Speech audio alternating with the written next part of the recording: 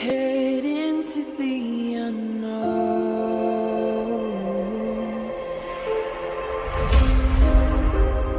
down the rabbit hole,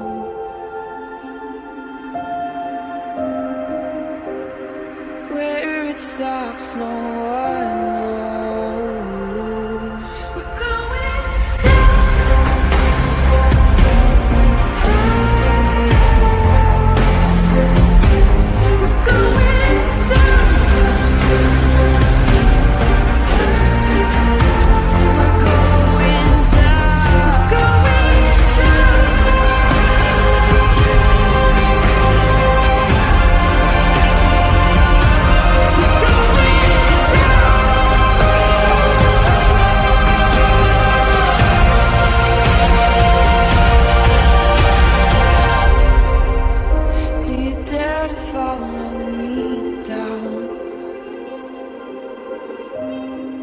head into the unknown. Na, na, na, na, na, na, na.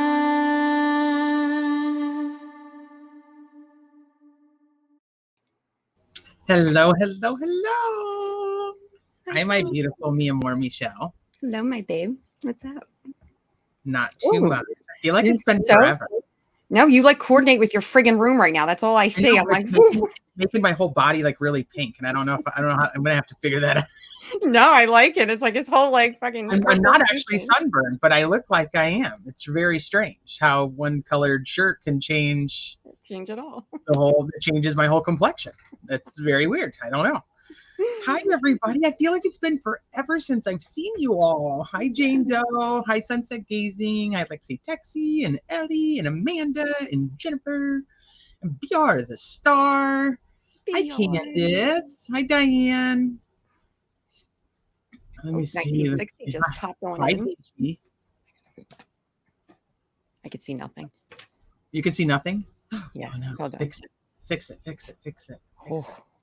Hi, Awaken the Art. Hi, 1960. Here's Jane Doe.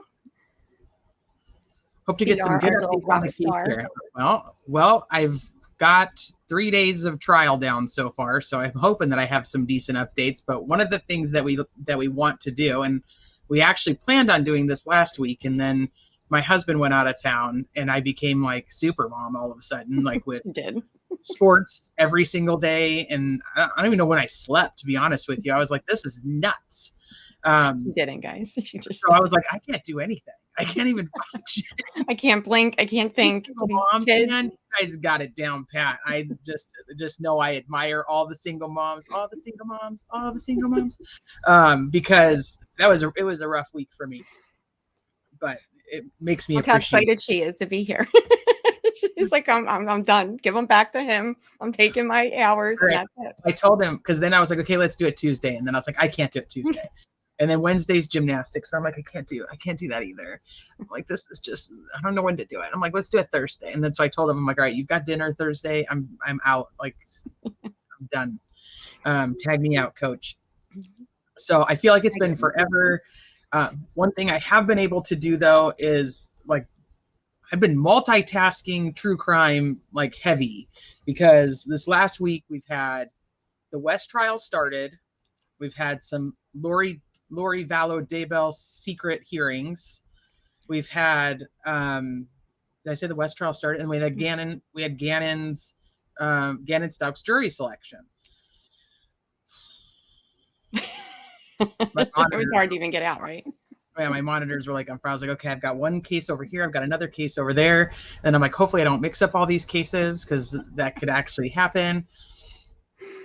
My husband's like, I hope you're gonna like be busting out lives over the summer. I'm like, well, I really wish these 3 trials would be happening over the summer, because I don't know, I can't keep up. Somebody asked me, they're like, are you gonna do like daily updates about the West case? I'm like, I'd love to. We would, yeah, in a perfect. But I world, we would love can't to. promise you that. I just can't. We don't know if mom. in May we could still do that. I know, but like I'm a mom. Like I don't like that's my whole life. It's around them, and they do so much extracurricular stuff. They're Because it's little very right now. hard. This is that time where you really have to be active into the world because they really, they're there that can do for themselves, but they also have friends and activities and all this other stuff. And you have to be the chauffeur, the homeschool mom, the freaking homemaker mom. You have to be all of it. So Well, especially I can't homeschool because now they do that Common Core crap, and I'm like, I don't even, it's a remainder. I don't know what you want me to do. It's not, I don't know what this whole, you're taking way too long to get this problem solved. Hi, Seth. And I know a couple people. Hi, Mama Bear. Hi, Maria. Hi, Sammy Sparrow. Hi, Kathleen.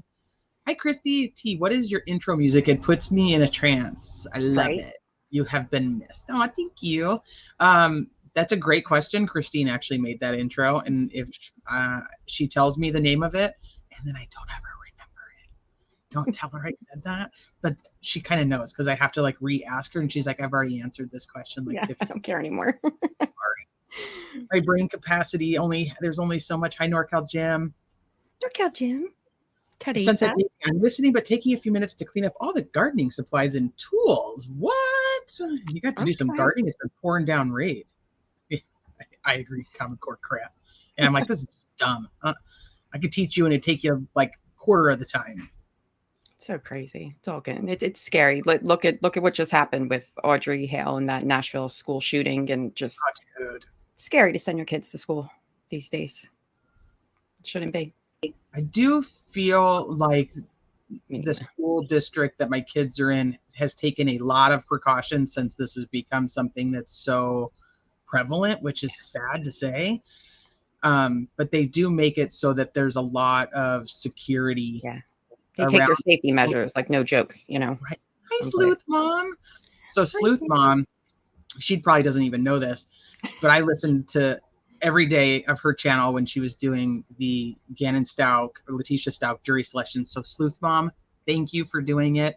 Even though I wasn't in chat, I was there in spirit because you were with me all the time on my phone. Right there on the side. And this week while the West case was up, they were up here, and then research on stuff was over here.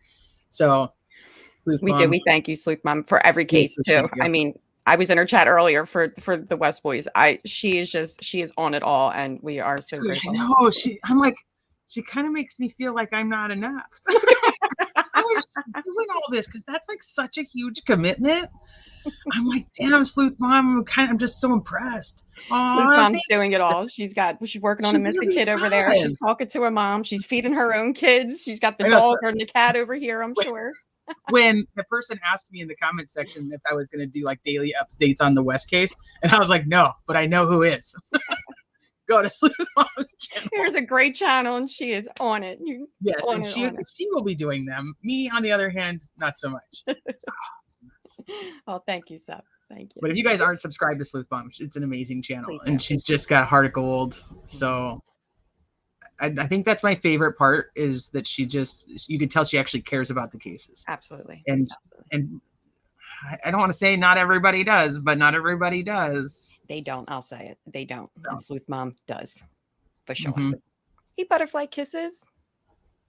Hey, B Crumbs. I think that's your name. Crumbs. B Crumbs. True Colors 3. Thank you. Hi, TM.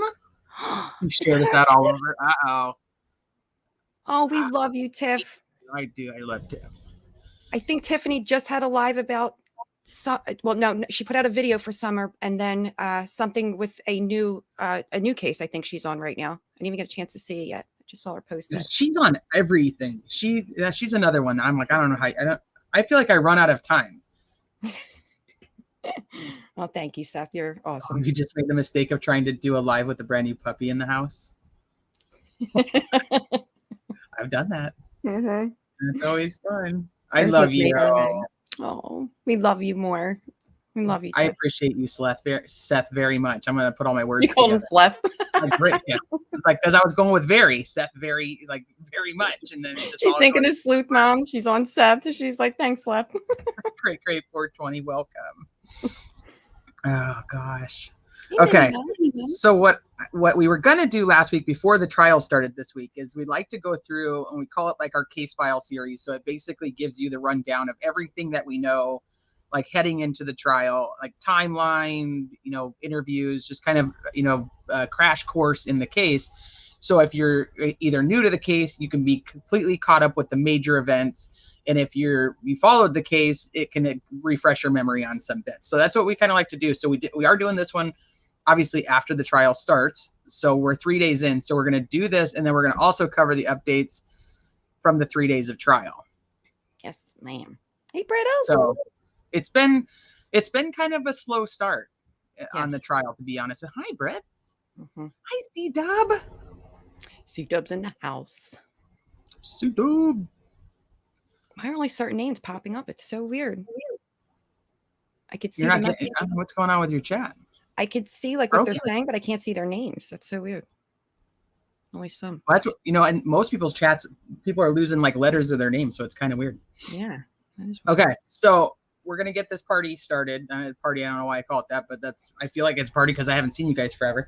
But Michelle does these great presentations that she puts together for these cases. So we're gonna share this. Let me get this moving. Let me get back to.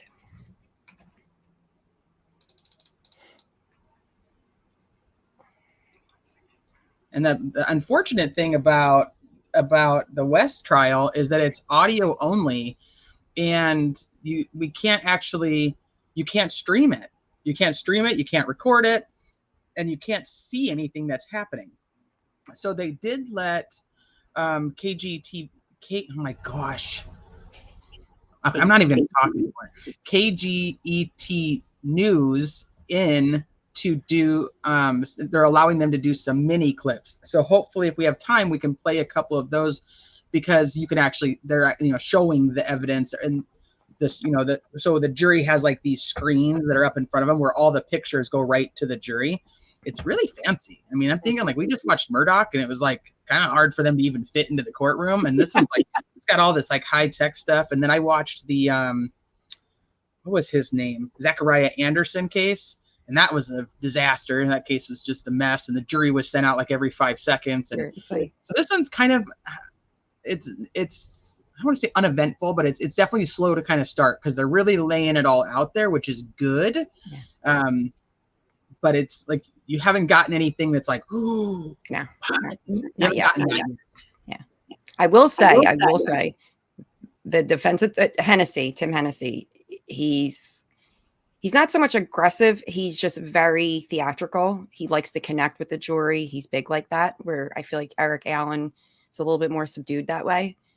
He's definitely getting it all out there. He's definitely laying a great foundation. I mean, defense attorneys that way, and I know that's part of their tactics and things like that. It just makes me a little nervous. Just saying, he's a gunner, that one. Oh, hey, Lana. Hey, babe. Hi, TNT. Oh, thank you. Tipping the staff. Very much. It is annoying. I don't know why we can't see it. I'm like, come on, you guys streamed the OJ case. Like, we can't get a Cal City case. Come on, it doesn't make any sense. I agree.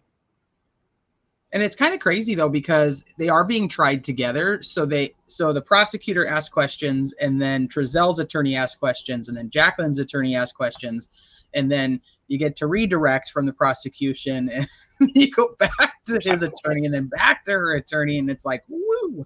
Thank goodness that her attorney's female, so you can kind of differentiate the like what's going on. Now she comes in very confident, very, and again, I'm not on day 3 yet, but day 1 and 2, she did seem to, and maybe she was just relying on Hennessy and just maybe possibly backing up his questions if they weren't the right ones, not sure. But she came in very confident. I just don't see much.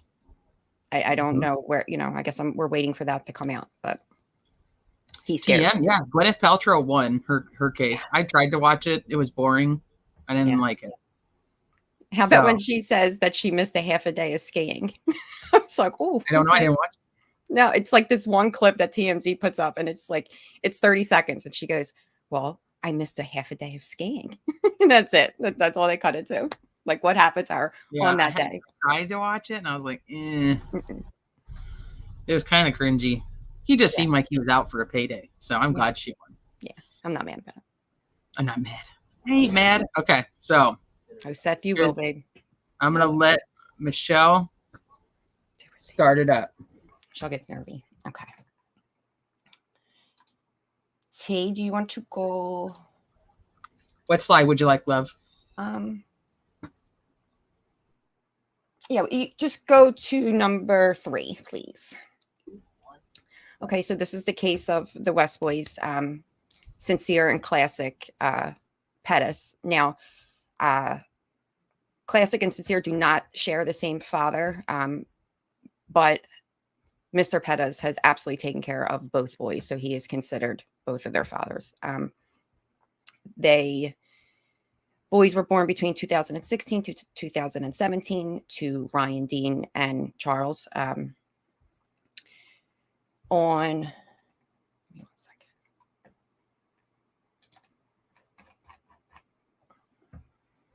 second. I might as well just go back. I'll go to their birthday. So on August 4th, 2016, Sincere, aka Orrin West, he was born.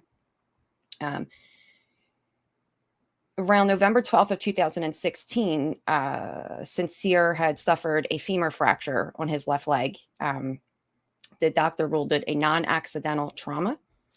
And this was according to the CPS reports and things like that.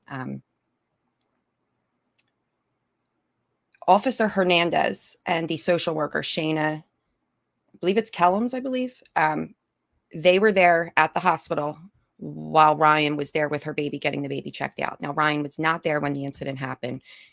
He was in the care of other family members. I don't even believe Dad was there either.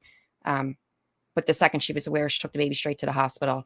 At that point, they had sent out a CPS referral. She was able to take the baby home. They did a couple follow-ups. Not too much came out of that, but they, once CPS is kind of in your life, there they are. So you go to June of 2017, Ryan gives birth to Classic, aka Orson West.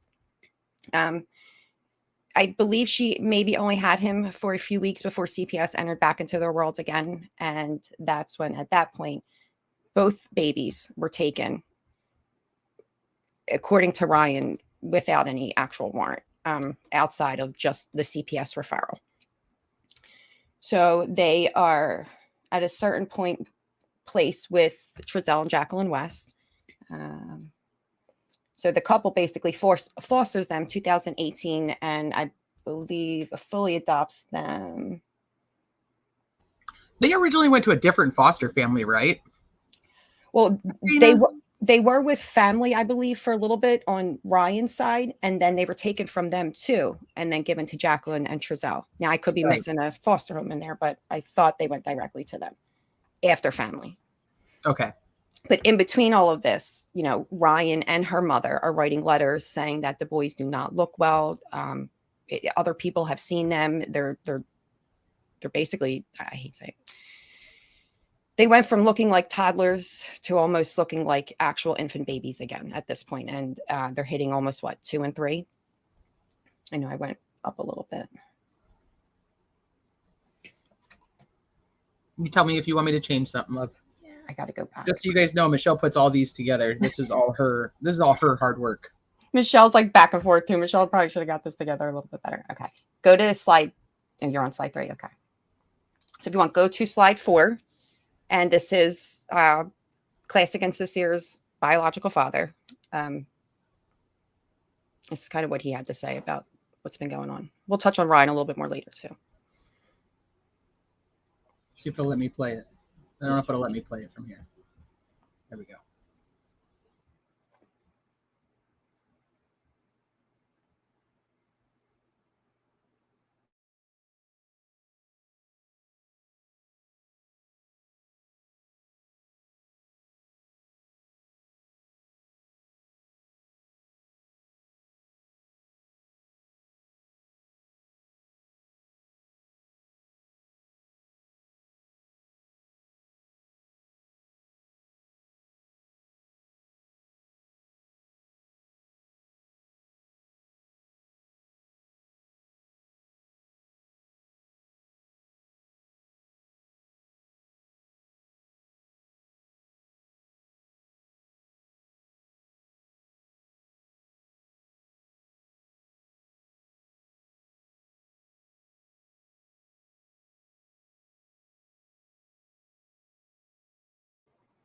Okay, is the volume working on your end? All right, guys, this might be on T side. You guys can't hear it? No. At all? No.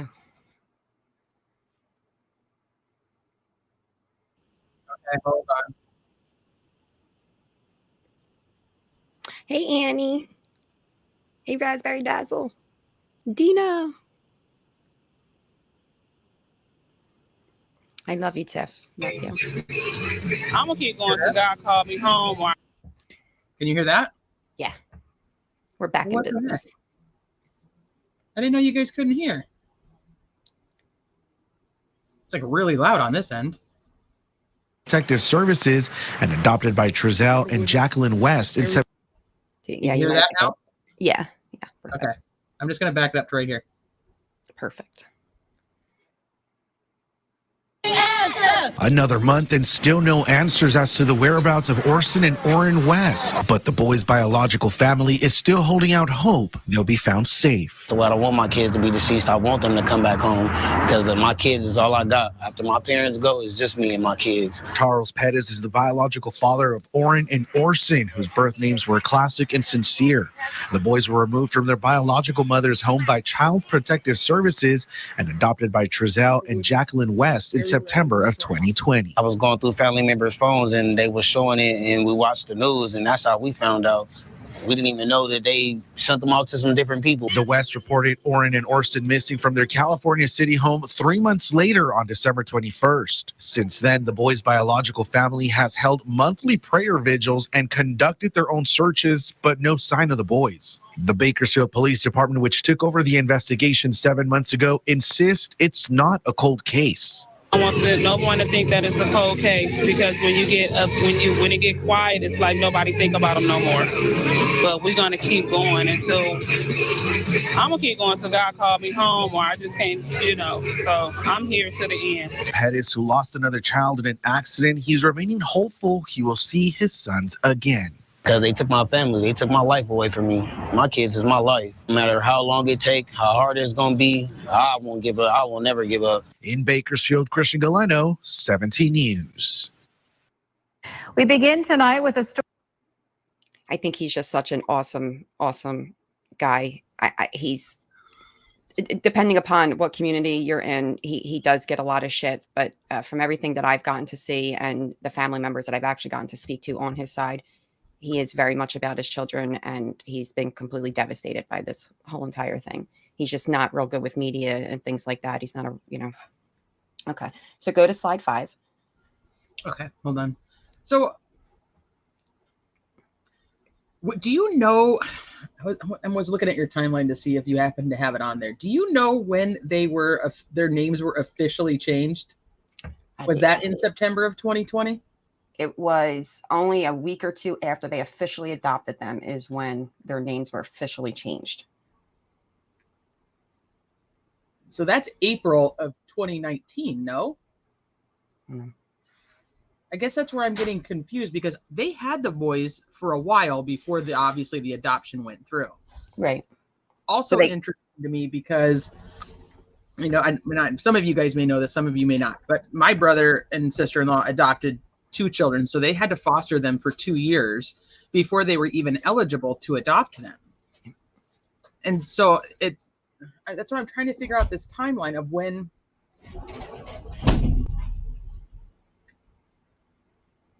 they were actually able to. I mean, I'm not exactly sure if they made the Wests do the full 2 years like your family did. I don't think so. It's the state of California. That's the law. So that's what I'm trying to figure out is so they got these boys in 2018. Mm-hmm. I think they changed their names, just not legally, before they ever actually legally adopted them. I'm not sure. I didn't see any of that. It says that Ryan's parental rights were taken the end of 2018, December of 2018. So they can't change their names or do anything like that up until, I would think, right?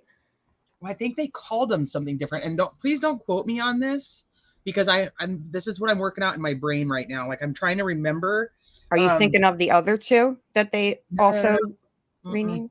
Hi, Salty. Oh, Seth. Just because. Oh, know, we love I you. Thank you appreciate so much. It says they changed their name so they would be confused. It always made me wonder if they were alive. I'd never change a child's name if I adopted them. It's cruel, if not for a necessary reason. Yes, I So, agree. for instance, my nephew was around 5 when he became my brother's foster child, and his name was actually Miguel.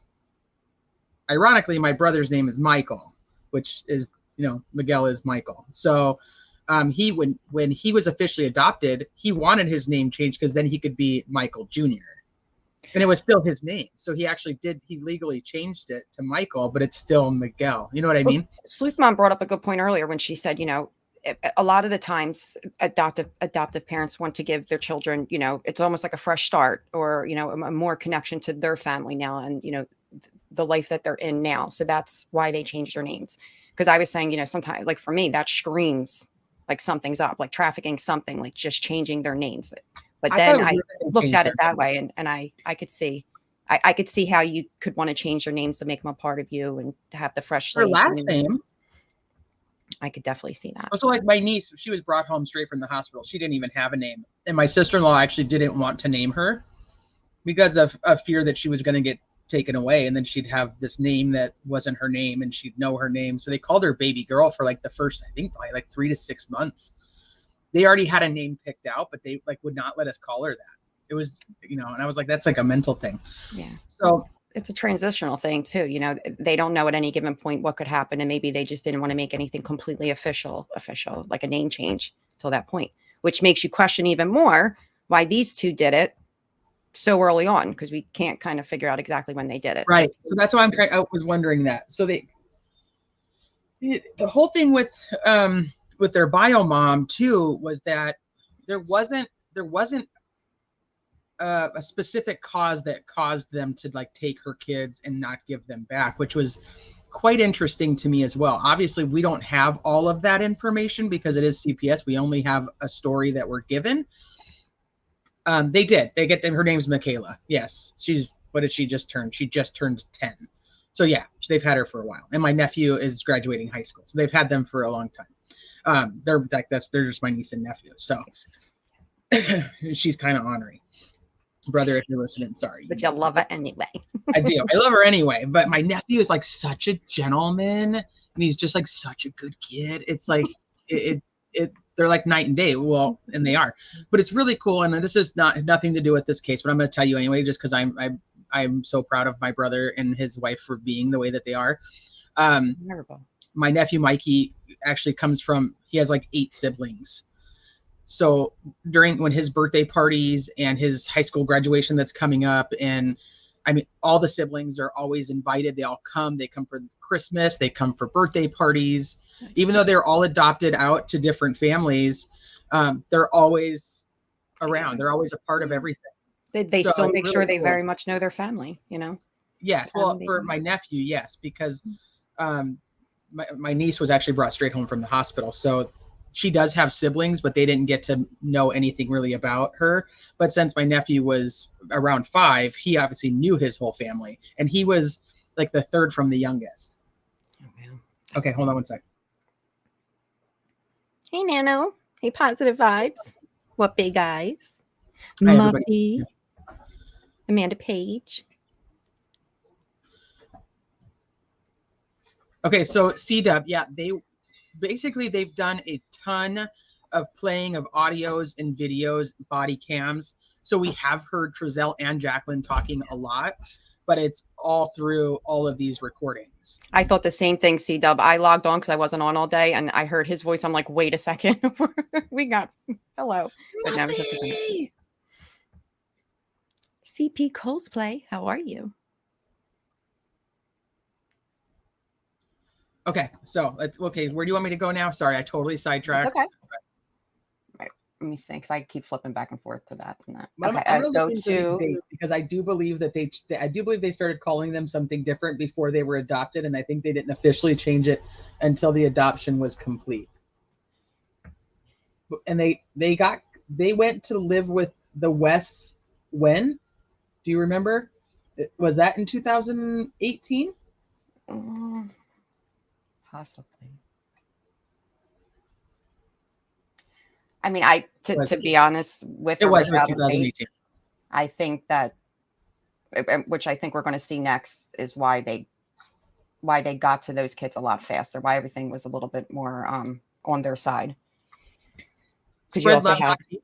you You have can Wanda, who worked for the county for over 30 years, so she has all types of pull and ins. Then go to slide 5T. Okay, right here. Okay, well, so spread love, not hate. You can listen to the audio. I'll post the link in here. You cannot record it or stream it or anything like that. You just have to listen to it while it's going. Yep. Which is, if you miss it, you miss it. Yep. That's just kind of how it is.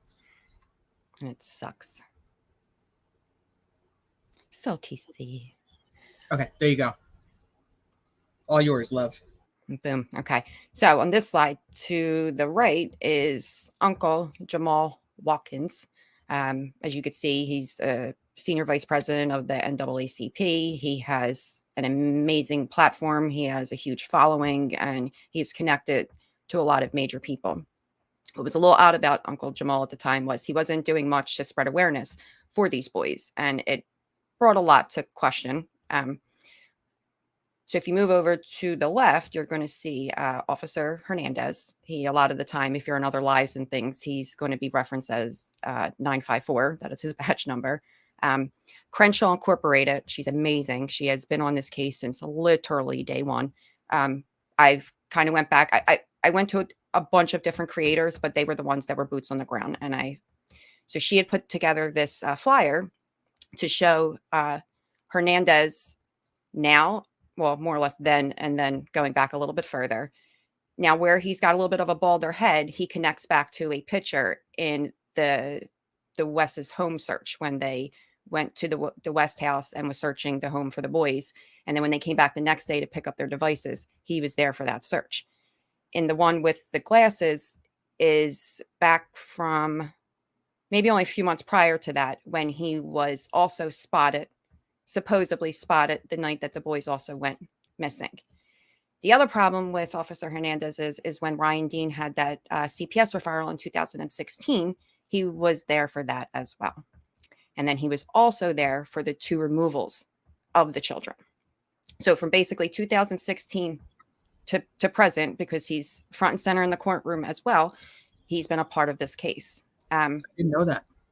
Huge part of this case. Now, if you go to the posting there at the left-hand bottom, you see Jamal in January, I believe. He basically tells in his comment section that if anyone's getting harassed or anything like that, to basically contact Officer Hernandez. And that's kind of where a lot of the sleuthers and the boots on the ground people were like, wait a second. How did you have connection to Jamal prior to then, but you had nothing to do with it? There's just a lot of suspicion in there. So remember those 2 faces. Is the one, who's this one? Yep, they're both the same person right there. It's just the one picture's from the search at the West home. And okay, apparently the lead officer the lead detective on the case was actually BPD's spokesperson and not so much a detective. And here, from what Boots on the Ground was more or less saying, that Hernandez was actually the lead detective. They just didn't want that out there because of him being a part of the CPS situation and things like that. gotcha. I don't know if there's much in there or not, but you guys can put your own theories and things together and you'll see. Okay, so if you want to go to slide 6, and there's the family, the West family. You can see Jacqueline there on the left. Uncle Josiah is all the way to the right. Grandma Wanda's right in the middle. You can see Trezell behind Jacqueline. And then they have 2 biological children and 2 other foster children at the time, which I believe they were trying to change the foster children's name at that time too, or they did. Or they were just calling them, I'm not sure. Well, they were the other 2 were already adopted, right? No, but I think at the time, like when I was going back to all this, I think they were either looking to change their names or kind of already did, but just like in the home so that the boys got used to those names. Okay. I have to go back to my notes to check that out. Hi, Elizabeth. I haven't been, I know. We're back though. We're back in business. Hi, Crime Curious. And Tiffany. Oh man, I Crime love her. Curious, your live was awesome. I saw the first one, and I have to go still check out the second one. She did a live yesterday with Sleuth Mom. With If you guys Sleuth Mom. haven't watched it, it was a really good live. Yeah. We haven't seen Shay Muffy. Not yet, anyway. She might pop one in. I know. High crimes have consequences. I like that name. I know. Well, they do. Sure do. Hey, Christine Marie. It's been a minute. Okay. We love you, Tiff. So All that right, just you ready gives for me to? Yep, and you could see Philip West in the back. There's some main characters to this story. Okay. Now, for anybody that doesn't know how the foster care adoption works and things like that, that's this slide, and the next slide is strictly for you guys. Feel free to screenshot any of this and do what you like. Just a little info on how it I guess how it could legally go down. We don't know if 100%. God, how do I say this? I personally feel like a bunch of others do that, and Sincere and Classic were almost handpicked for this couple. And in my opinion, between the CPS worker, Wanda and her connections, Jamal, his connections, and this officer Hernandez, is possibly how all of this went down. So I just wanted to show, because there are a lot of adoptive parents out there who take this very, very serious. They love these babies. There's foster parents out there, and this is what they do. This is what they receive in return. And if it's done legally. So that's just for basic information. Go to slide 9, please. Well, this is really important on this slide because this has a lot to do with why people will foster and why people will adopt, because it ends up being their paycheck. Pretty much. And that's an issue. Yes. I get it, because I know that there's so many children that do need good, loving homes, that they want to make sure that they have everything they need to be able to, that the adopted parents have everything they need to be able to provide that. But it also has consequences. And I'm going to go with crime has consequences here. It does. Yes. Oh, yes. If you guys don't know, which I'm going to post it. I'll post it when she sends me a link to the live. I'm going to go on Crime Curious's tomorrow afternoon at 1:30 Mountain Time. That's 3:30 Michelle time, which is East Coast. Okay. And then that's 12:30 Pacific time, my time, California time. Yep. I agree, Gabby. Never been. I agree. It's like such a weird. This is what I was saying earlier. We don't have all of that because it is CPS related, and we will, we can't have access to that. So there's obviously more to that story, or there's something really freaking shady. That's the bottom line. It doesn't make any sense to me. What I do like about it is both bio parents, together or not, they both back each other up, and so do their families. How do I even go into this? The CPS report from 2016. I'm not sure if any of you are aware. Half of it was out there. So it does confirm what the actual incident was, but what you don't get to see is basically all the broken procedures afterwards, and that's unfortunately the paperwork that I didn't get to lay my eyes on yet. So, I can't imagine just being young. She's at work. This incident happens. She does what she's supposed to. She takes the baby right to the hospital, and then CPS enters their world. And I don't know how I feel about that whole situation. I will say, agree. Even Bio Dad's family completely back Ryan up. They love her. They've done nothing but supporting her through this, because he doesn't like to do much media. They're out there with her. I think that says a lot too. Just coming together. Okay, you want 9? Yeah, you can do 9. Hi, Smiley. Hi, True Crime Crazy. True Crime Crazy. Oh, I remember this one. You remember this, right? Yeah. Did I don't know whatever ended up happening, if they ever contacted her about her kids or not, but I'll let it play and then you can tell the story. If you don't have sound, yell at me so I can change it. I promise. Okay.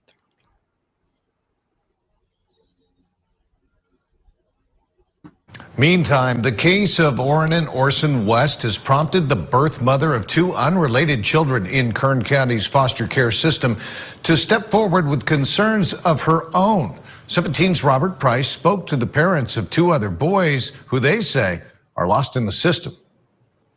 With the adoptive parents of young Orrin and Orson West now accused of their murder, another set of parents whose children were put in the care of the same people are asking, what about their sons?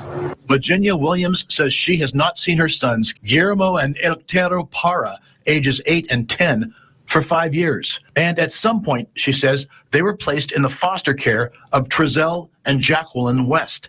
That's the couple charged Wednesday in the alleged murders of Orrin and Orson, ages 4 and 3, after more than a year of investigation that included combing the desert around the West's home in California City.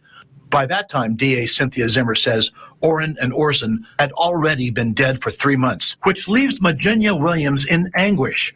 Where are her boys? She and Israel Munoz, the boy's stepfather, say Kern County Child Protective Services isn't giving them any answers. We don't know where they are. I'm asking for proof of life. Proof of life, a phrase usually associated with kidnapping. Williams says a court official told her in confidence that her son's initial foster care placement was with Trezell and Jacqueline West, and that scares her. Been there 6 years now. They were adopted all out in 2018 to the West. And then from there, I've seen and heard nothing from them. Kern County Human Services tells 17 News they can't comment on any aspect of Williams' story. Munoz says the whole system is unfair. It's breathtaking, but that's how CPS does things. CPS will come in your house, they break up families, they don't need to be broken up. Yeah. And then they give these kids away like they're puppies. I mean, where's our constitutional rights? Williams says the situation is part of a bigger issue, helplessness born of multi-generational incarceration. She says she was raised as a ward of the Los Angeles County court system from the age of 2. She has been to prison herself, and she says one of her sons, raised largely in foster care, has developmental issues that she fears will impact his life. And the chain continues. My father and my mother went to jail for prison for murder. And I've lived with my grandma. Being that I am awarded to the court, every child that I have, by law, they have the right to take. Because I am a state baby. And this is the flaw that we should fix today. Because just because we are victims and we had no mothers, that should not hold above our head. Guillermo and Eleuterio Parra, where are you? It's a simple question their birth mother would like an answer to. In Bakersfield, Robert Price, 17 News. A footnote here, just before airtime, DHS responded to our request for a clarification. We were told that the children of wards of the court or those who were once court-supervised minors are not subject to removal from their homes without additional cause. Well, of course, that's what they're going to tell you. This is breaking news from 17 News. They're not going to be like, oh, yeah, we take kids without cause. We're good with that. Like, I love that that's the statement. The statement is we don't take kids without cause. Okay. Hi, ATS News. Hi, allegedly innocent. Hi, Marshall. Long time no see. Hi, Amelia. Oh, I started the 6-month training to be an advocate for foster kids just like this, checking on the child and representing them in court. I'm scared but excited. That would be amazing. I could act. Marshall could do that. You have, you're muted, lovely Michelle. Oh my God. I'm like, Marcia, you would be amazing at that. Like, oh my goodness. Okay. Oh, Marshall, that's awesome, babe. That is just so. Okay, so that's why I said I don't actually know if this ever got updated, because I don't know if they ever told her what about her kids, because the West fostered her kids, but they were sent on to somebody else that adopted them. Oh, and just to mention too, as all of this is going on, Ryan's mother is putting in request after request, writing and doing everything she can, and just doesn't understand why the kids can't be placed with her. They had to be placed with the West at that time. I just want to put that out there about her mom, because the mother is now part of the suit that we'll get to later. Okie dokie. Okay. We go on to 10? Yeah. The infamous day. Well, this is after. You want to go here first, or you want to go to the night of? Well, I think we should play it so that when we go to the night of, they can kind of hear Understand what's going on? what they said and kind of compare what got it. we're gonna fill in there. Hi, Fizzle. Hi, Chris. Hey, Chris, how are you? Hey, Fizzle. I can't see anything. So this is the infamous news interview, but this is actually the footage that AV Watchman got while he was there. So this is not the cut from the news crew. This is his cut. So it's a little bit different than what people are seeing like on mainstream media, because this is his footage. So You get to see the family really, expressing themselves, and a lot of the cuts that the news did. But we have both if you. Oh, Tracy says, classic and sincere with a different lady at first. The CPS worker said that the mother was too close to the foster mom and removed them without reason, is what I heard at the beginning of this. See, that's what I remember too, Tracy. But then Michelle was saying that it could have been family, or it could have been a friend maybe. I think that actually, now that this is, I think the family that had the children was with, this is probably not going to make much sense. They were a couple. But the woman, I believe, was a friend of the family, and the man was actually part of the family. I could be getting that wrong, but through grapevine and hearing some of the other family talk, I believe that that's what the situation was. So that could be why that there's kind of two stories, even though it's one. They went with a friend or another foster mom, and they were with, the mom's bio family, because it is a combination of both. Okay, that makes sense. Okay. So then that's why they didn't, she was too close to the situation. It could absolutely have been. I haven't heard any of that yet, but I'm not, we don't know anything in fact, so I'll take it. Hey, Aries. Aries Park, how are you? Ooh, lucky you. New York City. Hello, everybody. Come on in. We're going to go live in a second. I love AV. I do. Well, Steve. He wasn't letting crap go for these boys. I mean, he was like on top. He is fed up. He is fed up with their shit in here. Wrong. He was like, Giselle sneezed wrong. I'm curious. There was 6 total children. They had 2 bio, 2 that they had already adopted, and then 2 classic, or was it 2 foster? This is what I can't remember. What? There were 6 total. Did they adopt the other 2 boys already? Right? No, they were just fostering them so far. They were just. Oh, they hadn't adopted those 2 boys. No. Okay, so there were 6 total. 2 bio. Do you have a second one or no? Yeah. I know it does. Can you guys hear it? Okay, let me know if you can hear it. Okay. It's not very loud yet. I didn't even. Did they put the mic on her yet? No, it's not very loud yet. So. All right, everybody. Just so y'all know, we're getting ready to go live with the foster parents. I'm sorry, Cal City looks creepy to me. It just does. It's actually a pretty nice place to live. It's very, very open and kind of empty.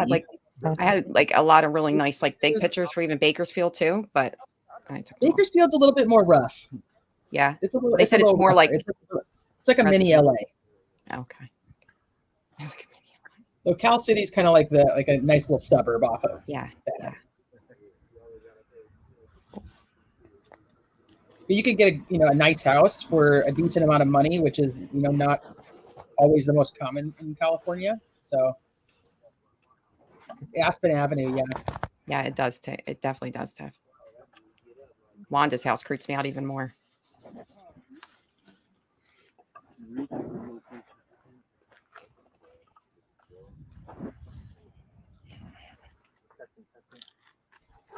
Oh, Jules, it's only probably 15, 17-ish thousand. It's not very big, but it is. I mean, it's not very populated, but it's a big area, and that's why they have these big empty fields that are around. Okay. Those are just lots to be sold so they can build houses on them. Bridget. Oh, thanks, Fizzle. Welcome. It makes me think of her too. A lot of the cases that are going to trial make me think of Amanda Zvita. I know, I need to message her. These are all the cases when we started talking. These are what was actually unfolding in life.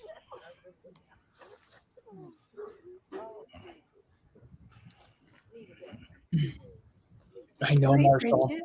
Hey guys. Too many. Everyone ready?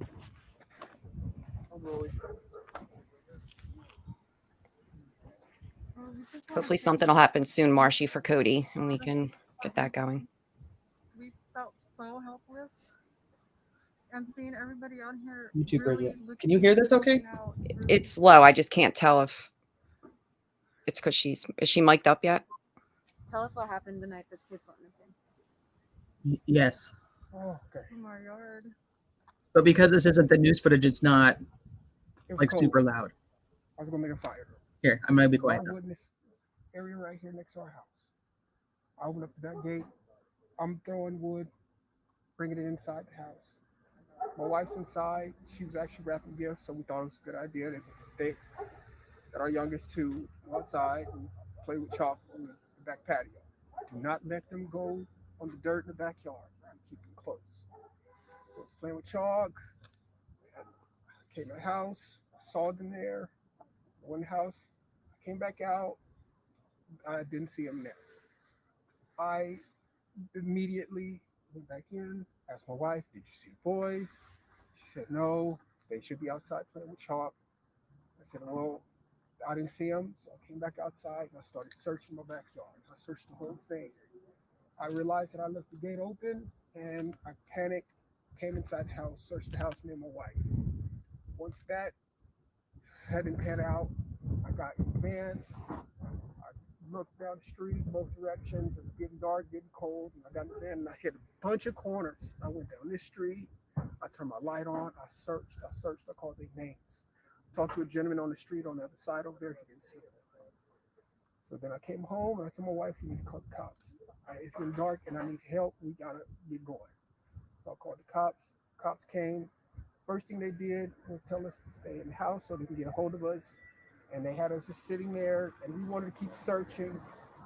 But everybody came out in droves. And I wanted to thank you guys that night, but we couldn't go outside. The cops told us the best are out here. The best are out here searching.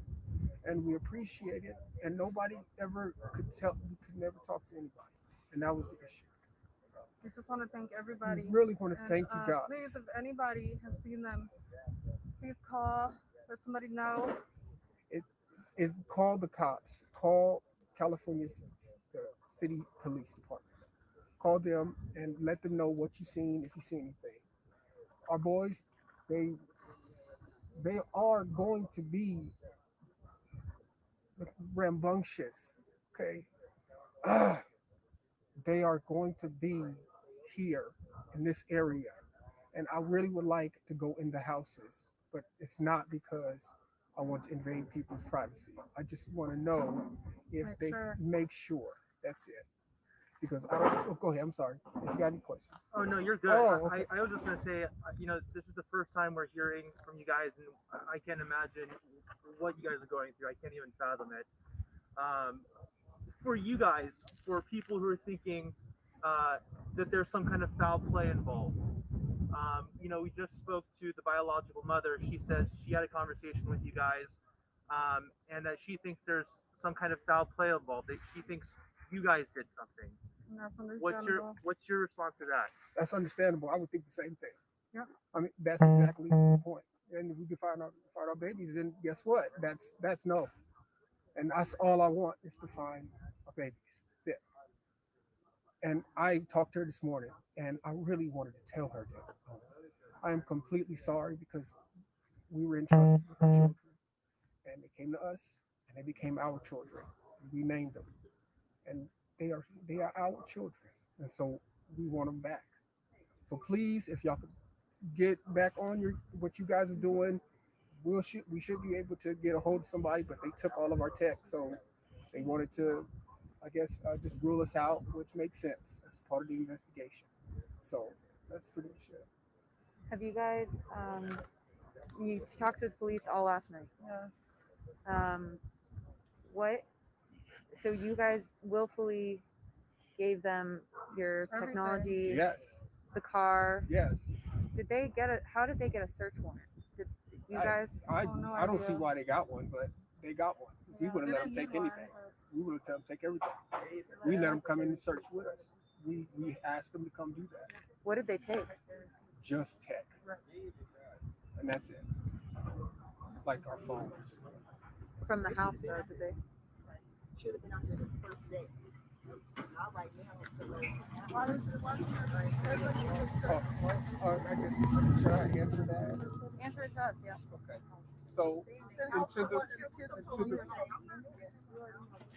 okay, and I guess I don't even know. I see. Yeah, we seriously felt like we needed to be out here. We did. Again, we were told the best are out here looking already. Just to stay put. This part, this whole interview irritates me. So I'm sorry I have to interrupt them because they give me bad mojo. She sits there and talks about how she was out there looking for them and she was doing this and she was doing that. That woman never walked out of her house. Lying her whole ass off. But we obviously learned that she doesn't need to because she knew they were gone long before. How nervous they are though too, because they know that family's over there. They don't know what's about to happen. At what time did you guys notice your kids went missing, and at what time were they reported missing to the police? It's about, I believe, I think it was about 4:30, 4:05. It was getting dark, like I said. It's getting dark, so it's like 4:35. That's when everything. And I can't say how many times he calls the boys rambunctious over and over again.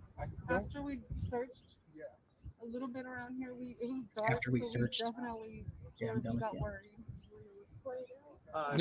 Would you say it was maybe Wow. Okay, folks, I'm leaving that conversation now. Yeah. That threw me for a loop when somebody says when it played out. Everybody have a blessed one. God bless you all. That threw me for a loop. He couldn't even stay for the rest of it. He couldn't. He was like right then and there. Why is my mouse not working? Outro in black. Ah. Sanderson. Oh shoot! Where'd my screen go? Oh. Uh-oh. Hold on. 1 second. Hey, Oopsie. Tracy with an eye. Roxanne. You gotta let Teresa do it though. Roxanne, you don't have to turn on a red light. Uh-oh. You got another verse. Hold on, I gotta get the thing back up. I lost it. What the heck, man? I was so irritated with them that I just was like, close all the windows, get them off the screen. You probably punched 5 of her 47 screens out, I'm sure, somewhere. I was, turning all of them off.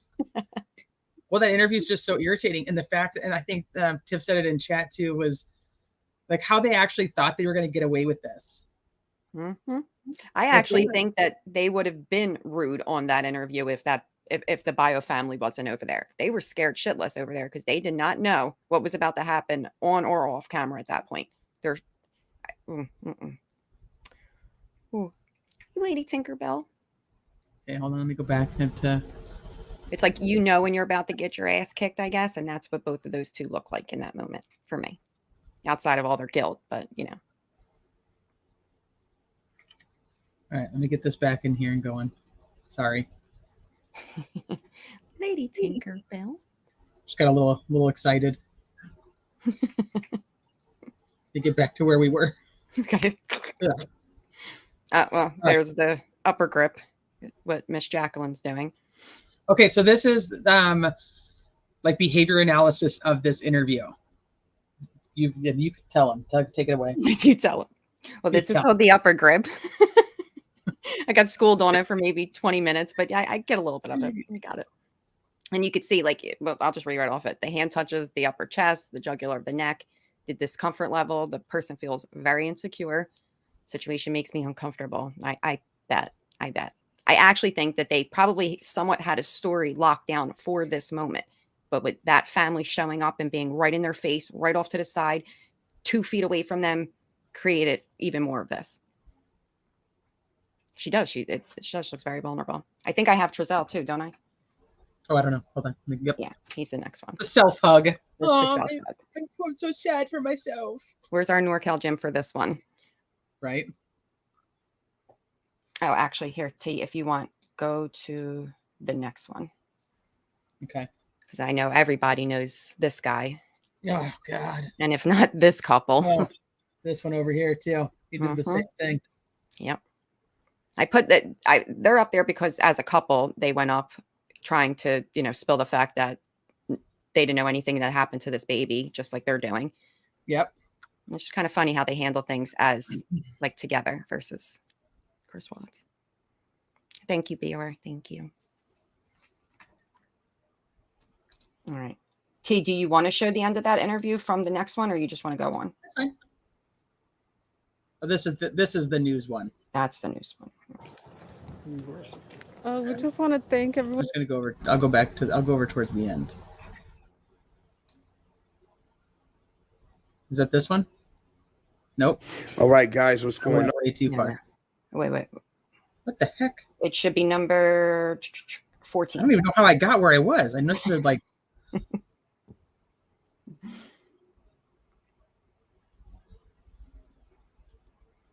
Hold, please. Hold on. There's so much footage from so many different things. We want to make sure it's all lined up right. We just want to thank everyone in the community. Just want to thank everyone in the community. Right. Because we wasted all of your time. We get it. Oh, here, this is what I want.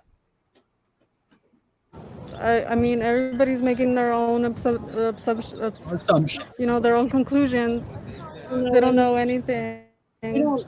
We're not sure like everything. We're not sure. We said what we knew, and if anybody has seen them or anything, please call the police department. Would you be willing to provide pictures, or do you have any? I have older pictures. All my newest were on my phone. You mean none? Okay.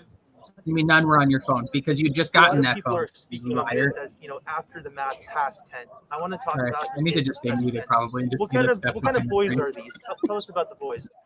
Very playful, very rambunctious, and they do love to wrestle. They do love to kind of get rough with each other. Okay, I gotta pause They're it. kids. I gotta pause it. So now that we're starting to hear the interviews and stuff because trials started, it's ironic that he sits there and says that they're rambunctious and they love to wrestle and all this stuff about how playful they are, but yet immediately they're telling the cops that they're not. They cry a lot, they're off on their own, they don't really want to play with their siblings, so on and so forth. So they're not rambunctious and they don't like to wrestle and they cry a lot. Right. They, according to him, they don't speak at all to anyone but them. I don't remember if they started a GoFundMe. I don't recall them having a GoFundMe. They went to go stay with his parents, and I think that they just went into hiding, which didn't really work because there was too many people that knew. Well, they stopped off at one other place and tried, but they were found there too. Yeah. They attempted mommy and daddy's though. So it's just interesting that even on the 21st, or not the 20th, because this is a couple days later, that they're already saying that they're rambunctious and they like to wrestle and they like to do all this stuff, but they literally are telling the cops the exact opposite. So the cops are probably listening to this like, what? Of course, they would love to go out, but so during the pandemic, we weren't trying to go, out here, and so we stayed inside.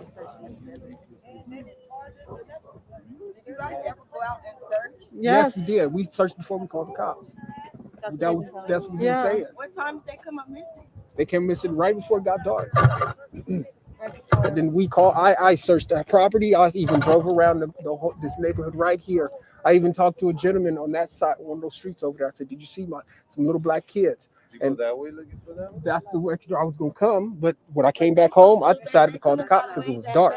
They couldn't have got away that fast. And why did it take two people to go in the house and leave two kids out here by themselves? It should have been one parent going in and one parent right here watching the child, not two parents going in the house and leaving two little kids out here by themselves for 10 minutes. No, they were in the backyard, and the back gate was open. Out the backyard. And the back gate was open, and I was getting wood from this lot here. So you guys here. been unresponsible and left the gate open, left some little kids outside with the gate open.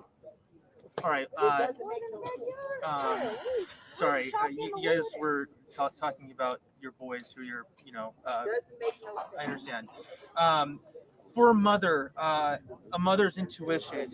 I know you were saying, and we'll get your names after this, but you were saying how you feel like they're in this area.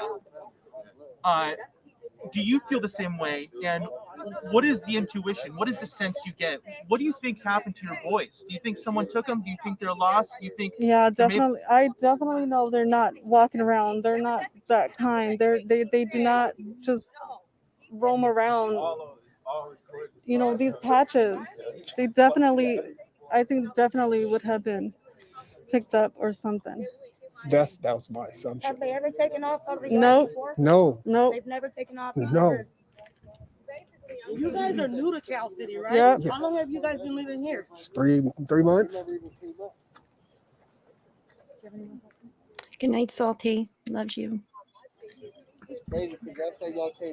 Night, Salty. Y'all got neighbors that say y'all ain't even came out looking for no kids. The neighbors weren't out here. We were looking. We were looking. I'm just saying, bro, it's crazy, bro. I got kids of my own. Where do you live? Them little boys that y'all raising, them is my biological family. I understand you, I bro. don't leave kids outside. And I understand. I have 9 kids. I have 9 kids. There's There's outside in no the backyard way that I I'm was gonna watching. leave my kids unattended. 3 Not and even 4-year-old for a folks, minute. like, you sit here. We get that. We get it. They were in the We backyard. feel it. You don't even look like you worried. But you said the gate. I've been okay, y'all going know through it y'all all finna, y'all few know days. y'all finna go inside the house, right? Y'all are foster parents, right? No. Okay, we're well, y'all adopted adopted parents. them, Yeah, right? they are Okay, children. shut the gate. Go in the house. Why did it take both of y'all to go in the house and leave them outside by themselves? I understand And that. y'all know the gate was Why open. haven't y'all been out with the people around this neighborhood looking with the kids? Because we already told on said camera. I We already didn't see told y'all on no cameras last night. I No. didn't even see y'all out here praying with them people. Them people was supposed to take care of my nephew. Not supposed to happen. I understand. Y'all was supposed to take care of my nephew. I understand. If anybody's watching at home, who He knows thinks like he's anything, gonna cry. or if somebody who has these Yeah, 'cause kids, he's scared. if they're watching, Ass kicked. what is your message to them? The message has always been as soon as possible, call Scream and cry. California City Police Department. And please bring our babies home. And that's that. That's one of the reasons why we actually didn't want to This do is the reason why. Because we were Because you didn't do what you were supposed to do. Stay in the house You and evil. stay because they're going to need to contact us, and we cannot go outside, and that was the issue. We were under orders by the cops to stay home in the house and let the professionals look. But you just said that they were your children. If they were your children, regardless of what somebody told you, wouldn't you want to go look for them? Well, we have cops actually posted in the front door but right you know there. how cold it is at night? Would you We not think totally about it? totally understand. understand. We We totally, understand. if you guys please, if you guys actually You know have that question, you should ask the police officer. The situation, but do you see how it seems that, Yes. that the kids was left unattended? You guys went in the house and then Look how much more she disappeared. escaped when they started coming out. Exactly, and that's the way we try to figure out. No, it doesn't make sense. How did they disappear? How did they go out? You guys had the house supervised already. And my question is, why were they the only 2 children out? Where were the rest of the kids? The rest of the kids were with grandma. With who? They left. They went on vacation. So they did it. No, because they're too young. We didn't. We watched them, and it turns out that happened. How did the All right, guys, sorry, I know They're that, older. just really quickly before we forget, first and last name, spelling of both for both of you guys. So, Susan, said it again. Just first and last name. Spelling of who or what? Or just your first and last name. Our names. Giselle West Jacqueline is West. TRE. He's like, shit, do I have to tell the truth? Like, do I lie right now too? Okay, and Let me think. Let me think. JACQUELINE. I'm sorry, one more time. JACQUELINE. Okay. West. Yes. Okay, guys, we'll let you go. All right. Sorry about that. This is No.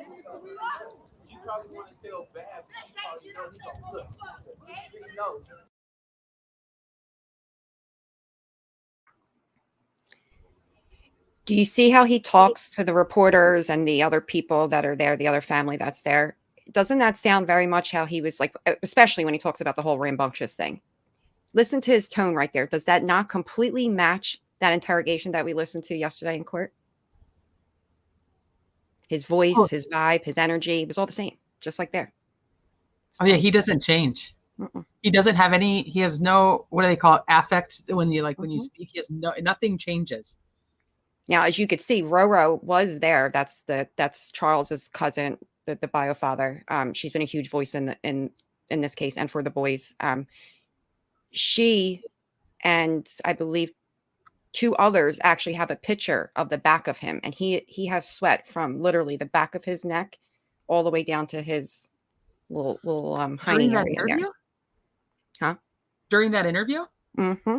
When he walks back really? up into the house, you see like they catch him going in. They actually have pictures. Like a couple people caught it too, and because his shirt's gray, you can see it clear as day. It was from I think their actual photos. I don't know if it was actually posted anywhere. But I know it was a big piece of conversation when this all had happened. If you want to play this, you can. This is just Chief Walker going into the investigation. Mm-hmm. So I don't know if you have this in here, so I don't want to go too far ahead. But they basically end up having to they're doing like a joint investigation between the Cal City Police and the Bakersfield Police. And at the time, there was a lot of questions on why they brought in the Bakersfield Police. But I think that they had the forensic team that they needed. True. But we also know, so they had lived in Bakersfield up until September of 2020. So there was many people when this was happening that were speculating the boys never ever made it to Cal City. And what we're learning now is that one of the boys possibly made it and wasn't there for very long. Now, we're going to show you the apartment and Wanda and Phil West house too, just to see the layout, because this is actually where they were living prior to Cal City, and where I personally think, I'm not sure of the rest of you, but I personally think that that's where it went down between Wanda's and the Casa Loma apartments for just the one, and then the other. Just Oren. Yeah. I confuse their names all the time. Okay, let me play this. Hi, Clyde, I hope. Oh, cram down. Bikram said she just went back and saw it. It just went back and saw it, and he does have sweat dripping down his back. Mm-hmm. Yeah. Yep. You have to like click on this like right in the right spots, otherwise it won't go. There we go. All right, Chief Walker, I really appreciate you sitting down with me.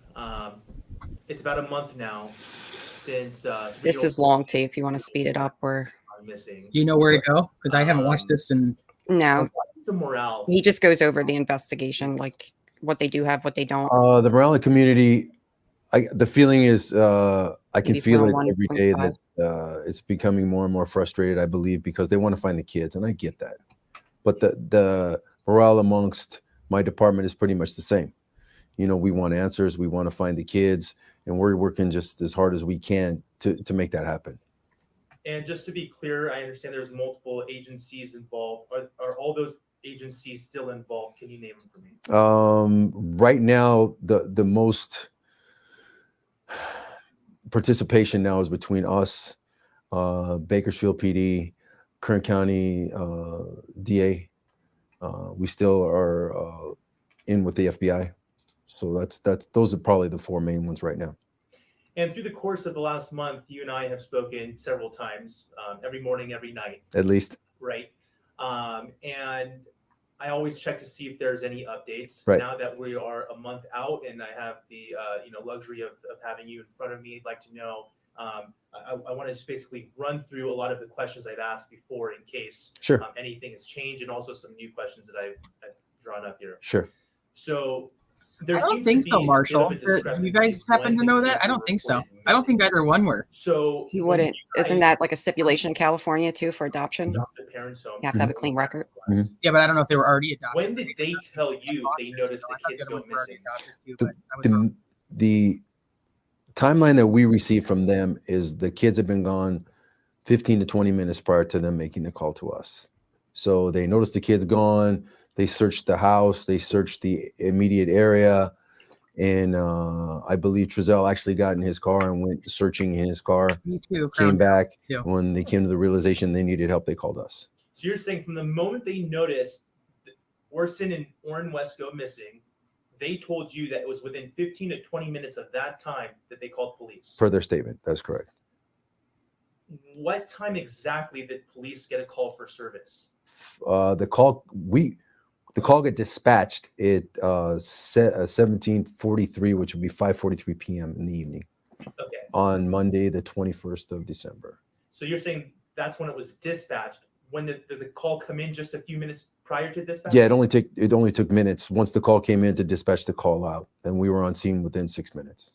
Okay, so that would be police arriving by 5:50-ish. At least, yeah. Okay.